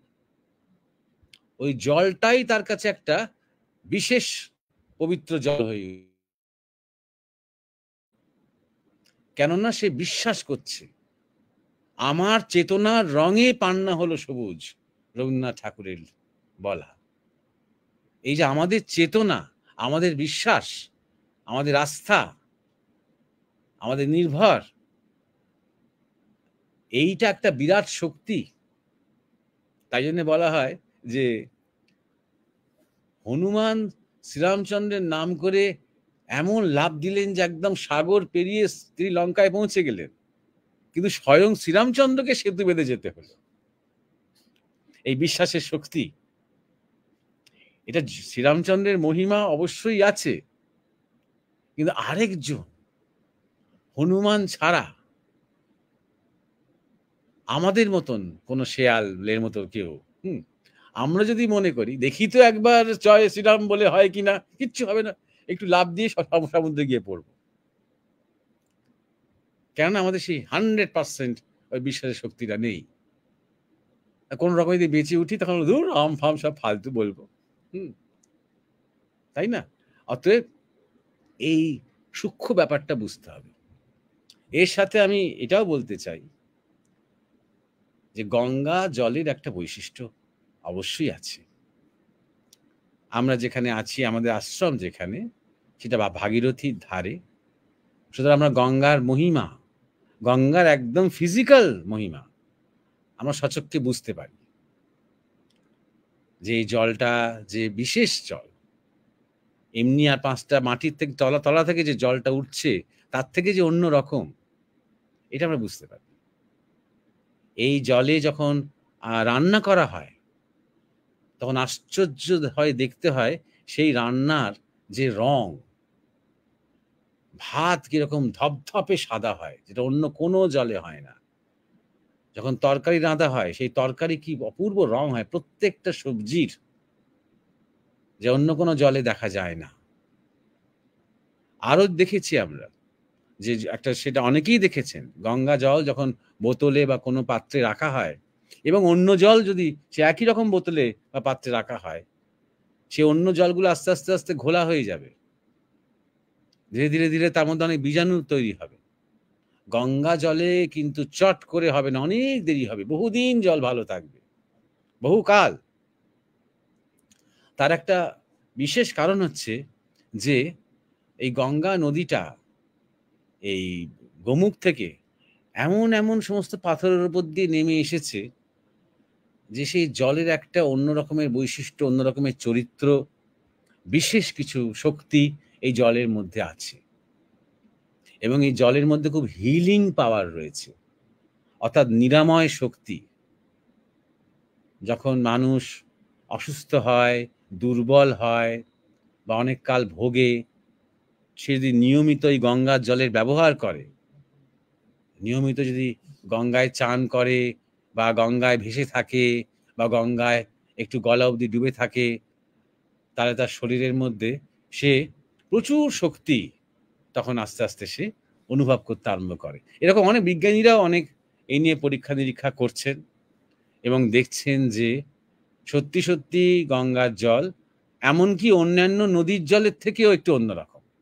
আরো তো অনেক নদী আমাদের দেশে আছে, সারা পৃথিবীতে অনেক নদী আছে, গঙ্গা কোথাও একটা যেন বিশেষ। এটা বহু ক্ষেত্রে বহুভাবে প্রমাণিত। 3 নম্বর কথা, এবং এটা খুবই গুরুত্বপূর্ণ কথা, সেটা হচ্ছে আমাদের গঙ্গার ইতিহাস আমরা আমাদের গুরু মহারাজ স্বামী পরমানন্দের কাছে শুনেছিলাম। প্রথম কথা হচ্ছে যে ভারতবর্ষ প্রাচীন কাল থেকে, বৈদিক কাল থেকে মূলত সরস্বতী সভ্যতা, অর্থাৎ সরস্বতী নদী যা বয়ে আসছে হিমালয় থেকে, পশ্চিম ভারতের প্রধান ছিল এবং বিরাট চওড়া ছিল সেই নদী। কোনো কোনো জায়গায় প্রায় 8 কিলোমিটারের বেশি চওড়া, বিরাট গভীরতা, এবং সেই নদীকে ঘিরেই আমাদের সভ্যতা গড়ে উঠেছিল। পরবর্তীকালে সেই নদী, এখন বিজ্ঞানীরা জানেন যে আস্তে আস্তে শুকিয়ে যাচ্ছে বা শুকিয়ে গেছে, কিন্তু গুরু মহারাজ তা বলছেন না। গুরু মহারাজ বলছেন সেই নদীকে শুকিয়ে দেওয়া ঋষিরাই, যাদেরকে আমরা সপ্তঋষি বলি, হিমালয়ে বসে ধ্যান করেছেন তা নয়। পুরো এই সভ্যতা, পুরো ভূ প্রকৃতি নিয়ে তারা অনেক এক্সপেরিমেন্ট করেছেন, অনেক কিছু তারা জেনেছেন, ম্যানিপুলেট করেছেন কল্যাণের জন্য, ভালোর জন্য। যখন দেখেছেন যে এই নদীর জন্য অন্যান্য জায়গাকার সভ্যতাগুলো ধীরে ধীরে একটা বর্বরচিত একটা প্রবণতা দেখা যাবে আগামীতে, এবং তারা বারবার বারবার আক্রমণ করবে পশ্চিম দিক থেকে এই নদীর জন্য। কারণ নদী মানেই সেখানে সুজলা সুফলা, চাষবাস হবে, শিল্প হবে, বাণিজ্য হবে, জনবসতি হবে, ধন হবে, প্রচুর উৎপাদন হবে, মানে বৃদ্ধি হবে, প্রতিপত্তি হবে। স্বাভাবিকভাবেই মানুষ মাইগ্রেট করার চেষ্টা করবে নদীর ধারে, চিরকালই মানুষ তাই করেছে, গড়ে উঠেছে। আমাদের কলকাতা শহরই হোক, কি লন্ডন হোক, কি আহমেদাবাদ হোক, এই যত শহর আছে আমাদের, বম্বে, সমুদ্রের ধারে, এরকম ভাবে জলের ধারে ধারে সাধারণত আমাদের সভ্যতার পত্তন হয়েছে। তাই পশ্চিম ভারতটা যেহেতু অরক্ষিত, পশ্চিম দিকটা, অন্য দিকগুলো আমাদের সুরক্ষিত। 3টে দিক সমুদ্র দিয়ে ঘেরা, একটা দিকে পুরো হিমালয়ের বেল্ট, কিন্তু পশ্চিমটা যে এই নদীটাকে শুকিয়ে দিতে হবে, তার জায়গায় অন্য একটা নদী সৃষ্টি করতে হবে। গুরু মহারাজ স্বামী পরমানন্দের কথায় এই গঙ্গা নদী ম্যান মেড, মনুষ্যকৃত, মানুষের সৃষ্টি করা। আজকে এই কথাটা তিনি বলেছেন 80-র দশকে, 90-র দশকে। এখনো লোকের কাছে হাস্যকর মনে হবে, কিন্তু আমি নিশ্চিত করে জানি যে আগামী কিছু বছরের পরেই মানুষ বা বিজ্ঞানীরা এবং এই নিয়ে আস্তে আস্তে একদিন এস্টাবলিশড ফ্যাক্ট, এস্টাবলিশড রিয়ালিটি হবে, প্রতিষ্ঠিত সত্য হবে। এই নদী শুকিয়ে দেওয়া হয়েছে। ইনফ্যাক্ট যখন ঋগ্বেদ রচিত হচ্ছে তখনও ক্রমহ্রাসমান, সরস্বতী একদিনে শুকোয়নি, হাজার হাজার বছর ধরে শুকিয়েছে। তাই যেগুলোকে আমরা তথাকথিত ইন্ডাস ভ্যালি সভ্যতা বলে জানি, যেটা আসলে সিন্ধু সরস্বতী সভ্যতা, সেই সভ্যতার অবক্ষয়টা বা পতনটাও স্টেপে স্টেপে স্টেপে স্টেপে দেখা গেছে। একটু একটু একটু করে নদী শুকিয়েছে, শুরু হয়েছে, একটু একটু করে মানুষ মাইগ্রেট করে সরে এসেছে ভিন্ন জায়গায়। 2 নম্বর কথা হলো যে এই যে বলা হয় যে ভাগীরথীকে আনতে গিয়ে এই সাগর রাজা 60,000 পুত্রের মৃত্যু হলো। এই 60,000 পুত্র কি? কয়েক জেনারেশন ধরে 60,000 ইঞ্জিনিয়ার। মৃত্যু মানে কি? যারা পুরো নিজেদের জীবন নিবেদন করেছেন এই ভাগীরথীকে নামিয়ে আনার জন্য। এবং এটাও বিজ্ঞানীরা এখন এর উত্তর পাননি যে কিভাবে উত্তরকাশীতে এসে হঠাৎ এই নদীটা উত্তর বাহিনী হয়ে যায়। সেটাও করা হয়েছে, করে এর ইস্ট দিয়ে এই নদীটাকে নামিয়ে আনা হয়েছে। ধীরে ধীরে ধীরে ধীরে সভ্যতা ট্রান্সফার হয়েছে পশ্চিম থেকে পূর্বের দিকে। তাই সারস্বত সভ্যতা থেকে বা সরস্বতী সভ্যতা, আজকের যে ভারতকে আমরা জানি সেটা গাঙ্গেয় সভ্যতাকে জানি। ইনফ্যাক্ট এই সরস্বতীর ধার থেকে বহু ব্রাহ্মণদের ডেকে নেওয়া হয়েছিল এই জায়গা, এই পূর্ব ভারতকে সমৃদ্ধ করার জন্য। কারণ শিক্ষা দীক্ষা, আচার্যের কাজ, পৌরোহিত্যের কাজ ব্রাহ্মণের কাজ, গবেষণার কাজ বিজ্ঞানের কাজ ব্রাহ্মণরা করবে। তাই জন্য তাদেরকে বলা হয়, আজও বলা হয় সারস্বত ব্রাহ্মণ। সরস্বতী নদীর ধার থেকে তারা এসেছিলেন বলে। এরকম ধরনের তাই জন্য স্পেসিফিক্যালি ঋষিরা বা সেই যুগের বিজ্ঞানীরা দেখেছিলেন যে এমন একটা কিছু আমরা সৃষ্টি করব যা ভীষণই কল্যাণদায়ক, ভীষণই মঙ্গলদায়ক।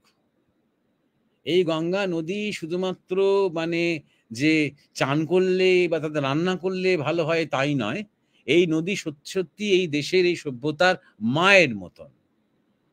আমাদের সেই যুগে যানবাহন থেকে শুরু করে সেই যুগের কৃষি,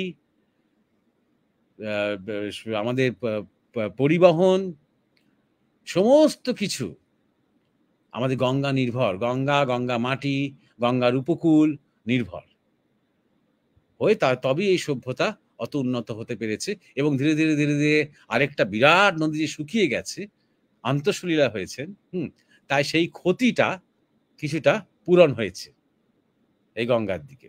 গঙ্গাটা থেকেছে বলে, গঙ্গাটাকে তৈরি করা হয়েছে বলে, এবং অপেক্ষাকৃত সুরক্ষিত হয়েছে এই ভূমি। তা সত্ত্বেও দুর্বৃত্তরা, ডাকাতেরা আক্রমণ করেছে, আক্রমণ করে তারা এখানে অনেক লুটপাট করেছে, করতে করতে শেষ পর্যন্ত মোগলরা এসেছে। তা সত্ত্বেও হয়েছে, তা সত্ত্বেও সেগুলোকে আটকানো যায়নি।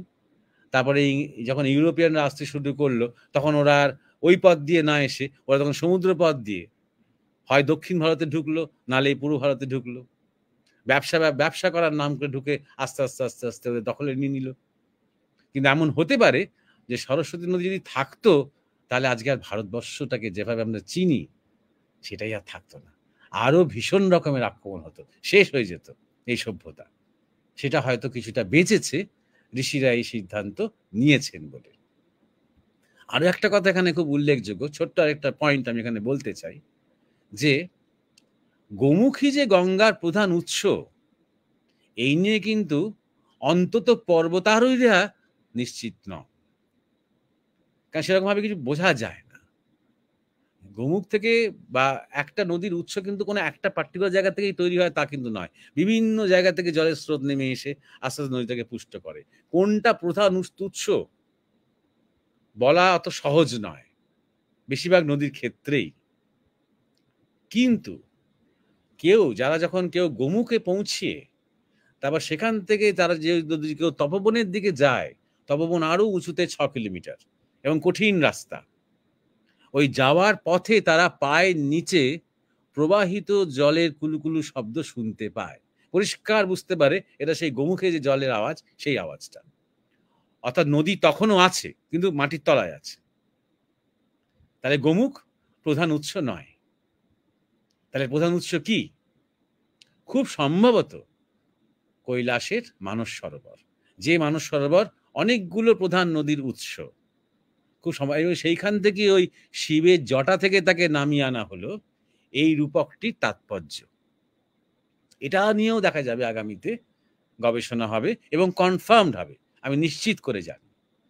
তাই গঙ্গার যে মহিমা বলতে গিয়ে এইটুকু আমার বলার ছিল। হ্যাঁ উমেশ। হ্যাঁ মহারাজ, এই ইন্টারনেট গোলযোগের মধ্যেও এত চমৎকার আলোচনা গঙ্গা নিয়ে আজকে হয়েছে। যারা শুনতে পেয়েছেন, যেটুকু পেয়েছেন আর কি, খুবই সমৃদ্ধ হবেন, তাদের খুবই ভালো লাগবে। আপনি একেবারে পৌরাণিক একটা প্রসঙ্গ দিয়ে আজকের আলোচনা শুরু করেছিলেন যে একটা সময় পার্বতী শিবকে জিজ্ঞেস করেছিল কুম্ভতে বা ত্রিবেণী সঙ্গমে যে এত ভক্তরা এসে স্নান করে তারা কি সত্যি সত্যি পুণ্য লাভ করে বা মুক্তি পায়। সেই একটা এক্সপেরিমেন্ট শিব করেছিলেন এবং সেই এক্সপেরিমেন্টে ফলে তারা যখন মৃতদেহে সেজেছিলেন, কেউই প্রায় সেই পাপ করেননি এরকম কাউকে খুঁজে পাওয়া যায়নি। কিন্তু একটি ছেলে, যার প্রবল বিশ্বাস ছিল, তিনি সেই ত্রিবেণীতে স্নান করে এসে তিনি বিশ্বাস করতেন যে ত্রিবেণীতে স্নান করলেই সব পাপ ধুয়ে যায়, এবং তিনি সেই ত্রিবেণীতে স্নান করে এসে তারপরে সেই দাহ করেছিলেন, দাহ করতে এগিয়েছিলেন এবং সেই প্রকট হয়ে তাকে আশীর্বাদ করেন। এই জ্বলন্ত আস্থা বা আপনি বলেছেন প্ল্যাসিবো এফেক্ট, তার উদাহরণ দিয়ে আজকে আমাদের আলোচনা আপনি শুরু করেছিলেন। মূল যে প্রসঙ্গ, মানে আপনি উল্লেখ করেছেন যে গঙ্গার ধারে দীর্ঘদিন আপনার অবস্থান থাকায় আপনি দেখেছেন যে গঙ্গার জলের মহিমা। সাধারণভাবেই দেখা যায় যে গঙ্গার জলের রান্না করলে সেই রান্না কত সুন্দর দেখতে হয়, এবং বোতলে রাখা হলে তাতে যে কখনো নষ্ট হয়ে যায় না, তার মধ্যে যেটা শক্তি আছে, নিরাময়ের শক্তি, সেটা বোঝা যায়। আসলে এই আলোচনার মূলে যখন এসেছে তখন গুরু মহারাজের গঙ্গার ইতিহাস নিয়ে আলোচনা। তিনি বলেছেন প্রাচীন কাল থেকে আমাদের যে সভ্যতা, সেটা সরস্বতী নদীর সভ্যতা, বৈদিক সভ্যতা সরস্বতী নদীর সভ্যতা। কিন্তু ঋষিরা এক সময় পশ্চিম দিক অরক্ষিত থাকায় বুঝতে পারছিলেন যে বৈদেশিক বহিঃশত্রুর আক্রমণ হবে, যার ফলে এই নতুন একটা দিক তারা খুলতে চাইলেন, এবং সরস্বতী বিশাল নদী থাকা সত্ত্বেও সেটা শুকিয়ে দেওয়া হলো। তার জায়গায় নতুন একটি নদী গঙ্গা, যেটি ম্যানমেড, সেটি তৈরি করা হলো। আপনি পৌরাণিক যে সগর রাজার প্রসঙ্গ এসছে, সেখানেও আপনি বলেছেন যে সেইখানে যে 60,000 তার সন্তানের উল্লেখ হয়েছে, তারা 60,000 ইঞ্জিনিয়ার এবং তাদের মৃত্যু 60,000 জীবন উৎসর্গ। এবং আপনি আরো বেশ কিছু যে প্রসঙ্গ আমাদের ধরিয়ে দিয়েছেন যে সারস্বত নদীর তীর থেকে যে ব্রাহ্মণদের এখানে নিয়ে আসা হয়েছিল, সেই সারস্বত ব্রাহ্মণের প্রসঙ্গ এখনো আমরা পাই। এবং তা সত্ত্বেও আমাদের পশ্চিম দিক থেকে ভারতে আক্রমণ হয়েছে।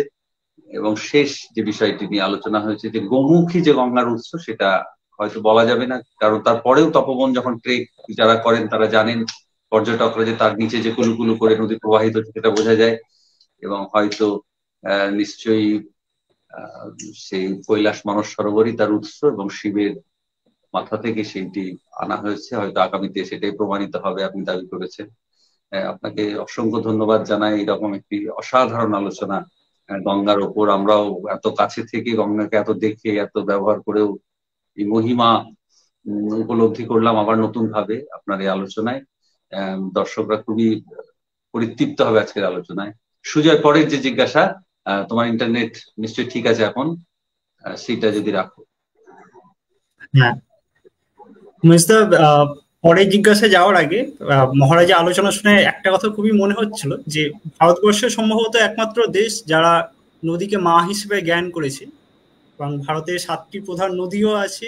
আমরা তার মধ্যে একটিতে গিয়েছিলাম, যেটা নর্মদার ধারে, অমরকণ্টকে গিয়েছিলাম। সেখানে স্নান করেছি, গঙ্গা আমাদের পাশেই।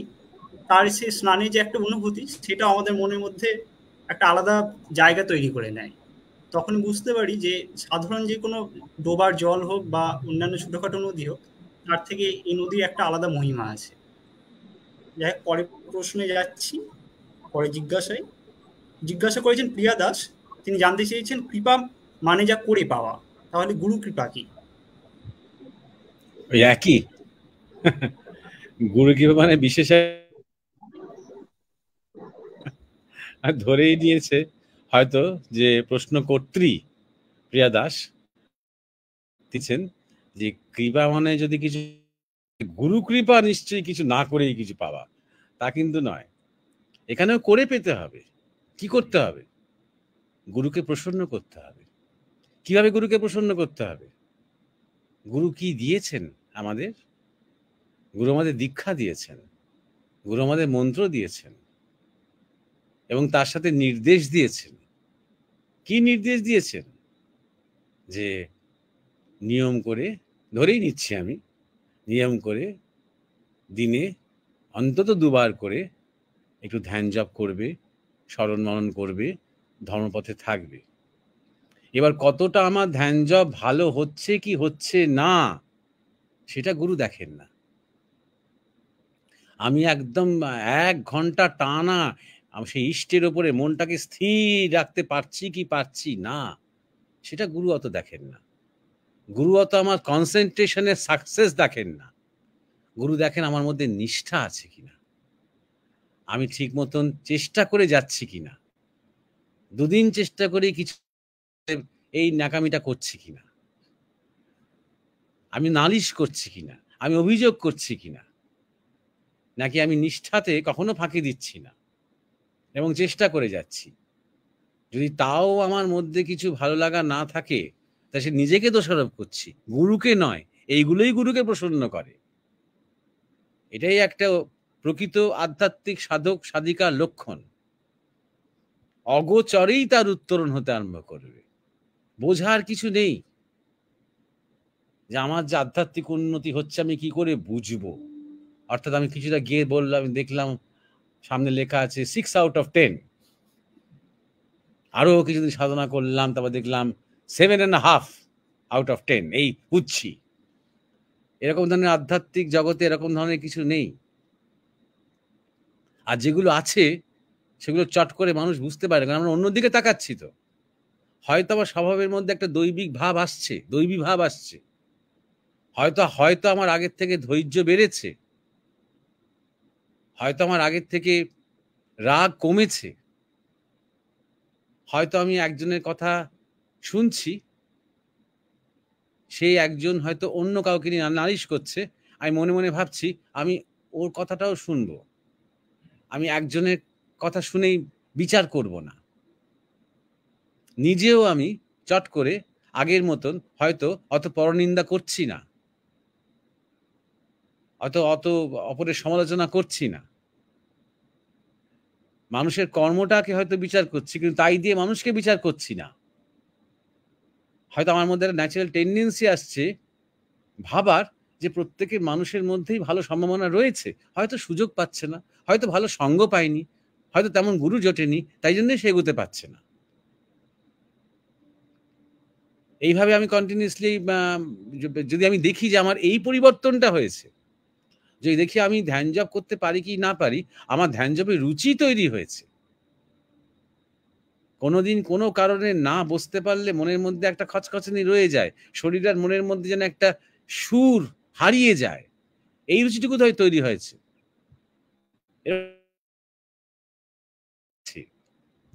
সাধু সঙ্গ করতে বেশি ভালো লাগে আগের থেকে, গুরু সঙ্গ করতে ইচ্ছে করে।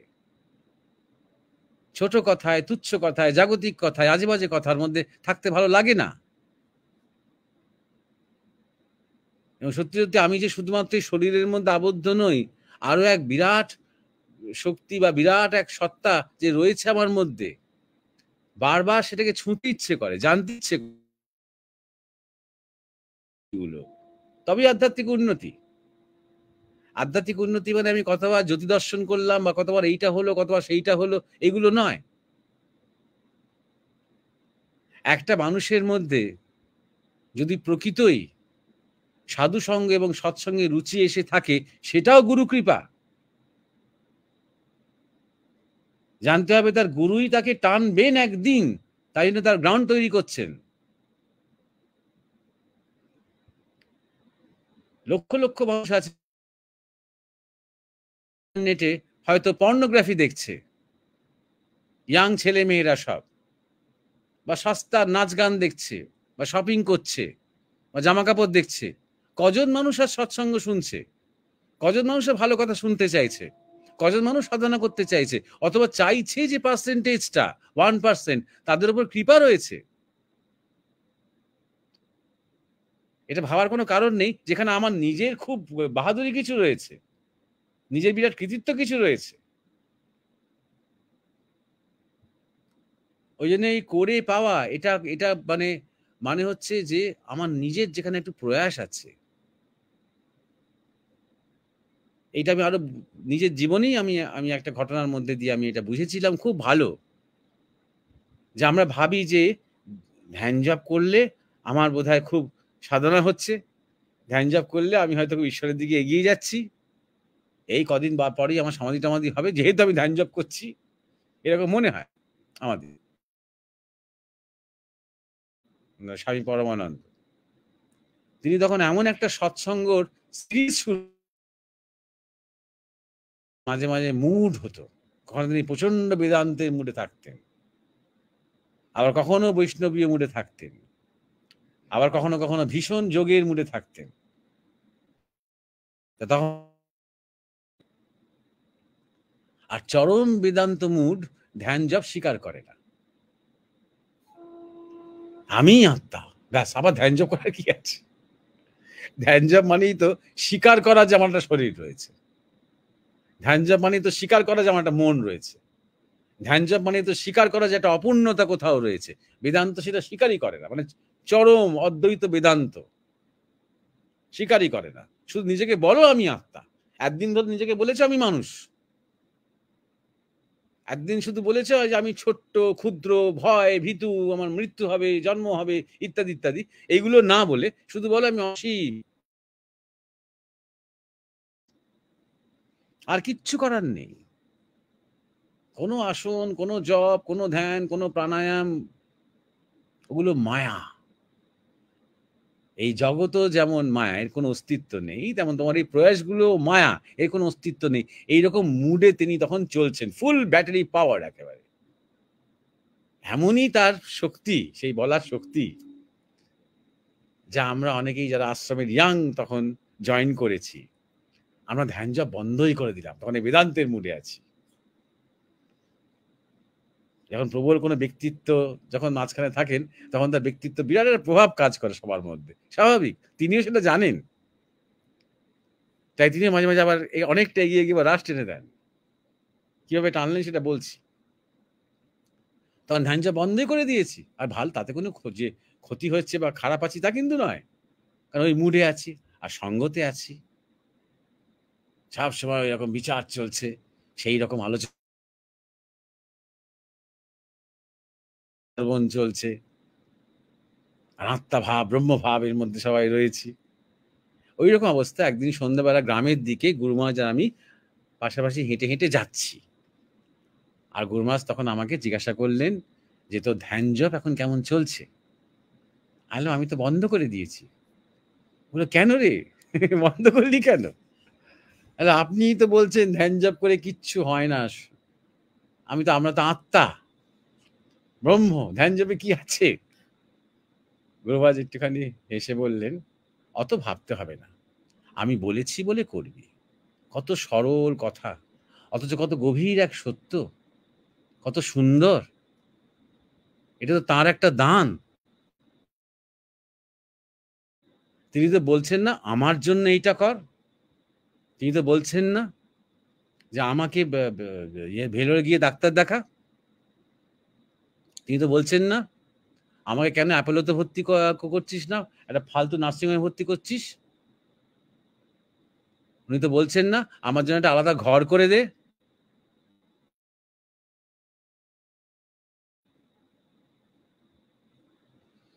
তিনি এই দানটা করেছেন আমাদের কল্যাণের জন্য, এবং এখানে দিক নির্দেশ করে দিচ্ছেন যে এইটা এখানেই তোর সাথে আমার একটা সম্পর্ক, এটি সংযোগ।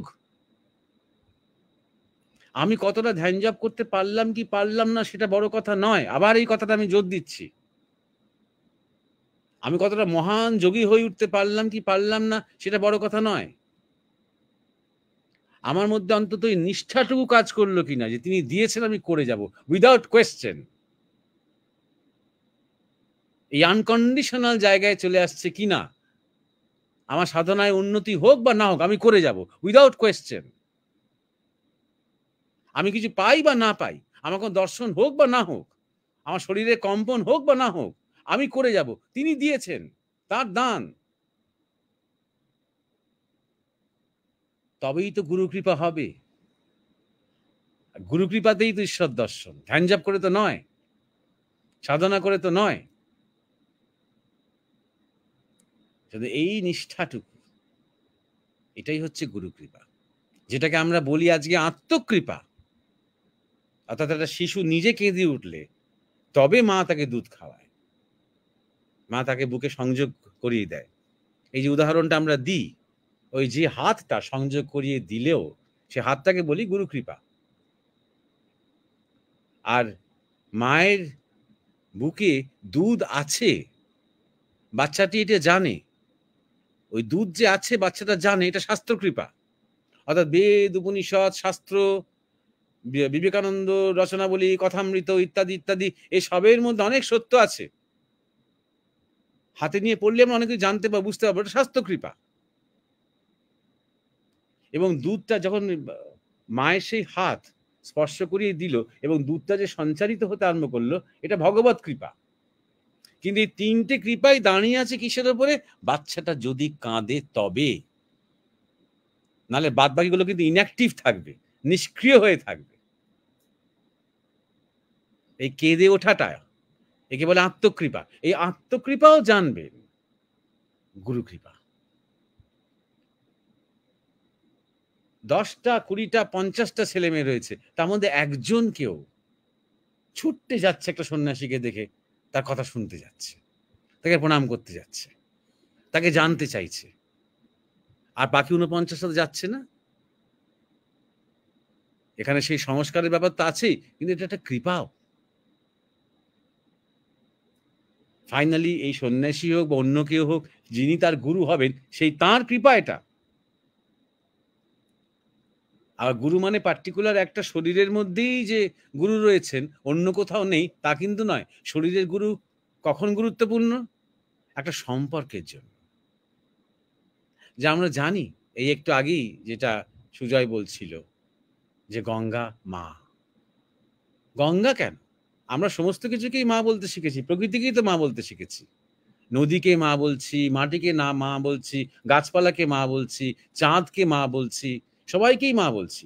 তবু আমাদের একটা সম্পর্কের জন্য মাতৃ শরীর দরকার। তাত্ত্বিকভাবে মা বললেই সব যে আমাদের পুরো সন্তানের ভাবটা পরিপুষ্ট হয়ে যাচ্ছে কমপ্লিটলি, বা মাতৃত্বটাও পরিপুষ্ট হয়ে যাচ্ছে কমপ্লিটলি ইন্ডিভিজুয়ালকে বাদ দিয়ে, তা কিন্তু হয় না। ঠিক তেমনই সর্বত্র গুরু শক্তি রয়েছে। প্রত্যেকটা অভিজ্ঞতার মধ্যে আমরা কিছু শিখছি, জানছি, গুরু শক্তি রয়েছে। প্রত্যেকটা দুঃখ পাওয়া থেকে আমরা অনেক কিছু শিখছি, সেখানেও গুরু শক্তি কাজ করছে অবশ্যই। কিন্তু যতক্ষণ না পর্যন্ত আমরা ইন্ডিভিজুয়ালি একজনকে পাচ্ছি, ততক্ষণ পর্যন্ত ওই গুরু শক্তিকে আমরা চিনতে পারবো না। 1 2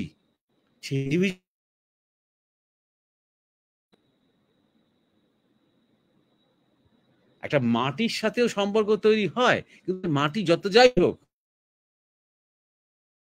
ভালোবাসে না। একটা মানব শরীর দরকার। তাই জন্যই গুরু শক্তির প্রথম গুরু শক্তিকে আমরা জানতে পারি একটা শরীরের মধ্যে দিয়ে। সেইটা জেনে সেটার মধ্যে যত গভীরে যেতে আরম্ভ করি, তখন আস্তে আস্তে আস্তে আস্তে রিয়েলাইজেশন হতে আরম্ভ করে যে আজকে একটা মনের মধ্যে একটা কথা তোলপাড় করছে, টুক করে একটা বই হাতে এলো, বইয়ের একটা পাতা উল্টেই দেখি সেখানে গুরু শক্তি। সেই অভিজ্ঞতাটাই আমার জীবনে হলো, গুরু শক্তি। তখন আমরা চিনতে পারতে আরম্ভ করছি, গুরুর কাছে তখন কিন্তু তার আগে ওই শরীরটা দরকার ছিল। এবং এই সম্পর্কটার আরেকটা দিক আছে, কথাটা গুরু কৃপা থেকে এতদূর চলে আসছে, কিন্তু আরেকটা দিকও আছে। সেটা হচ্ছে এমন একটা সম্পর্ক যা সম্পূর্ণ নিঃস্বার্থ, যা সম্পূর্ণ নিঃস্বার্থ। জগতের অন্যান্য সকল সম্পর্কের মধ্যে, প্রত্যেকটা সম্পর্কের মধ্যে, কিন্তু এটা শুধুমাত্র একটা আধ্যাত্মিক সম্পর্ক নয়, এর এক আত্মিক সম্পর্ক। আত্মিক সম্পর্কটা যখন গভীরে যায় তখন সেটা সম্বন্ধ হয়ে ওঠে। করে ওই গুরু নিষ্ঠায় ধীরে ধীরে ধীরে ধীরে গুরু এবং ইষ্টকে এক করে দেয় সাধকের মধ্যে। যত যাই হোক, সে ইষ্টকে কখনো চলতে ফিরতে হাঁটতে কথা বলতে দেখেনি, গুরুকে তো দেখেছে। করে লয় হয়ে যায় তার জীবন সেই গুরুর সমুদ্রে। অতএব সব কৃপার কোনো আলাদা আলাদা কোয়ালিটি বা কোয়ালিফিকেশনস নেই। কৃপাই, এবং সেখানে নিজের একটা ভূমিকা আছে, কারণ এটা সম্পর্কের মধ্যে থেকে আসে। আমি কিছুই করলাম না তার মানে আমি পাওয়ার যোগ্য নই, এবং পাওয়ার সময়ও হয়নি, পাওয়ার আধারও হয়নি। একটা লোক যে টাকার কোনো মূল্য জানে না, সে টাকা থেকে চিনতে পারে না, তার কাছে 5 লক্ষ টাকা হাতে ধরিয়ে দিয়ে কি হবে? সে সেটা ছিঁড়বে নিয়ে বসে বসে খেলতে খেলতে। সে তো উন্মাদ, সে তো পাগল। আমার মধ্যে কোনো চাহিদাও নেই, হঠাৎ গুরু কৃপা হবে, কেন হবে? সেই গুরু কৃপার জন্য প্রস্তুত নই। সেই গুরু কৃপাকে তো আমি আশীর্বাদ বলে, আমি এক সংশয় বলে মনে করব। গুরু মহারাজ বলে একটা ঘটনা দিয়ে আমি এই বক্তব্য শেষ করব। একজন হিমালয়েতে একজন সাধুর কাছে কিছু ভক্ত এসেছে, ব্যবসাদার শ্রেণীর ভক্ত। বারবার তারা প্রণাম করে বলছে, এবং অনেক কিছু উপঢৌকন নিয়ে এসেছেন তারা, মন্ডা, মিঠাই, ফল টল সব নিয়ে এসেছে। প্রণামী টনামিও দিচ্ছেন, দিয়ে বলছেন যে বাবা যেন জ্ঞান বৈরাগ্য হয়, একটু আশীর্বাদ করুন। সাধু কোনো কথা বলছেন না। ওই বারবার তারা প্রণাম করে একই কথা বলছে যে আপনি তো কিছু বলছেন না বাবা, একটু আশীর্বাদ করুন যেন আমাদের জ্ঞান বৈরাগ্য হয়। 3 বার বলার পর সাধু খুব চটে গেলেন, বলে ভাবো এখান থেকে, সব জ্ঞান বৈরাগ্য চাইতে এসেছে, বেরো বলেছে। তারা একবার থতমত হয়ে গেল। ওরা ভাবলো সাধুর কাছে এসেছি, ভালো জিনিসই তো চেয়েছি, আমার তো বলিনি যে বাবা যেন ব্যবসাটা একটু বড় হয়, একটু মুনাফা বেশি হয়, এসব তো বলিনি। আমরা তো জ্ঞান বৈরাগ্য চেয়েছি। কিছু কি দোষ করেছি আমরা? তখন সাধু এমন তারা দিলেন যে তারা ভয়ে ভয়ে ওখান থেকে কেটে পড়ল। গুরু মহারাজ সেখানে উপস্থিত, তখন তার নবীন বয়স। সন্ধ্যেবেলা যখন সবাই চলে গেছে, গুরু মহারাজ তখন সেই সাধুজিকে জিজ্ঞাসা করছেন যে সাধু বাবা আপনি ওদের ধমক দিলেন, ওরা তো জ্ঞান বৈরাগ্য চেয়েছিল, খারাপ তো কিছু চাইনি। বলে আরে বেটা, ব্যাপারটা বোঝার চেষ্টা কর, ওরা কি জ্ঞান বৈরাগ্যের লোক নাকি রে? আর সত্যি যদি আমি কোনো আশীর্বাদ করে ফেলি, আচ্ছা ঠিক আছে যা, তোদের জ্ঞান বৈরাগ্য হবে। বাড়ি গিয়ে দেখবে যে বাড়িতে আগুন লেগে গেছে, দোকান টোকান গুদুম গুদুম সব, এবং আগুন লাগানোর জন্য লোকে ওরই এগেনস্টে কেস করেছে। পুলিশ তোকে তখন নিয়ে যাবে জেলখানায়। এবার জেলখানায় 12 বছর কোনো কাজ নেই, তপস্যা করানো যত খুশি, জ্ঞান হবে, বৈরাগ্য হবে, পাবেনি।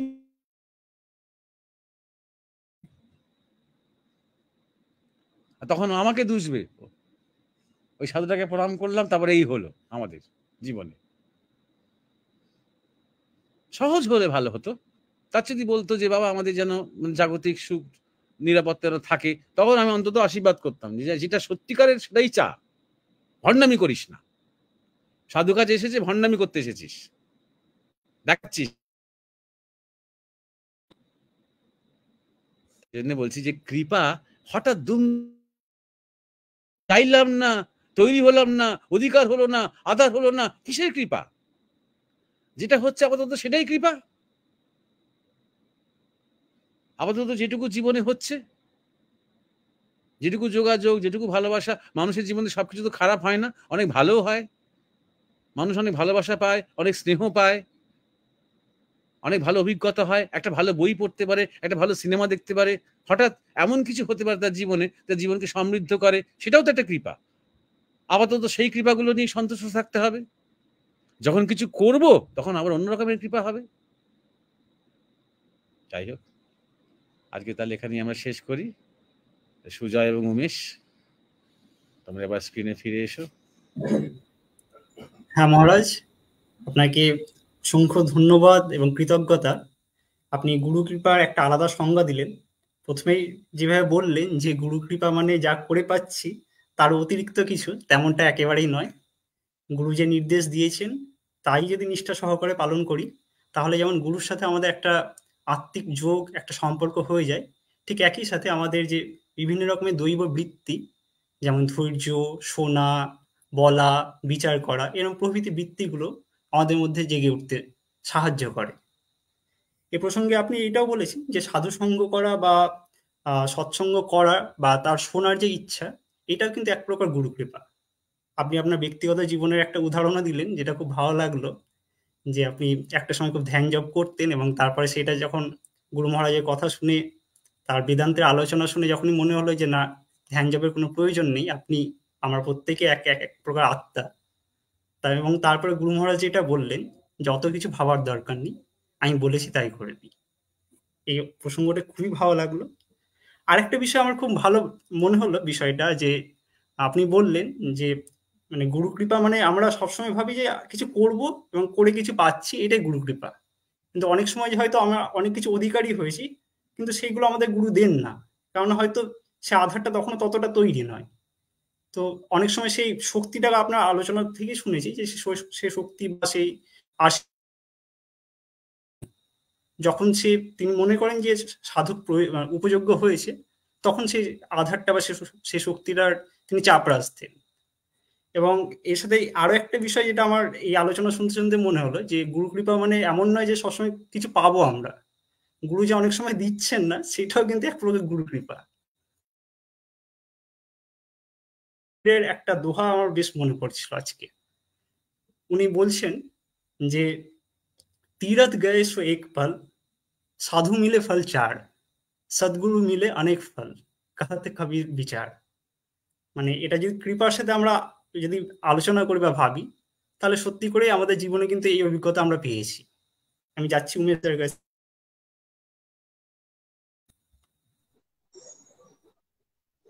সুজয়, অসাধারণ বলেছো। যাই হোক মহারাজ, 1.5 ঘন্টা মতো হয়েছে, আর কি জিজ্ঞাসা নেওয়া যাবে? না, আমি আগেই বলেছি যে আচ্ছা। আজকে এখানেই শেষ করা যাক, আমি হ্যাঁ, আলোচনা শেষ করেছি।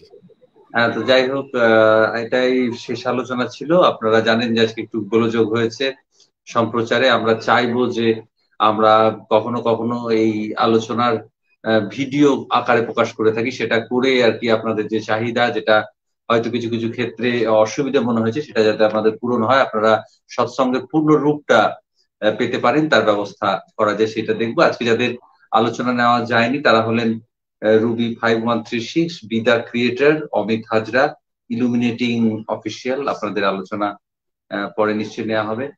সকলে জিজ্ঞাসা রাখবেন। মহারাজের কাছে প্রণাম জানাই এবং অবশ্য সুজয়ও জানিয়েছে, মহারাজের কাছে কৃতজ্ঞতা জানাই যে আজকের এইরকম একটি আলোচনা আমরা সবাই শুনতে পেলাম, এবং সেটা নিশ্চয়ই ভিডিও হয়ে আছে। আরো ভালো করে আমরা যাতে প্রকাশ করতে পারি তার চেষ্টা করব।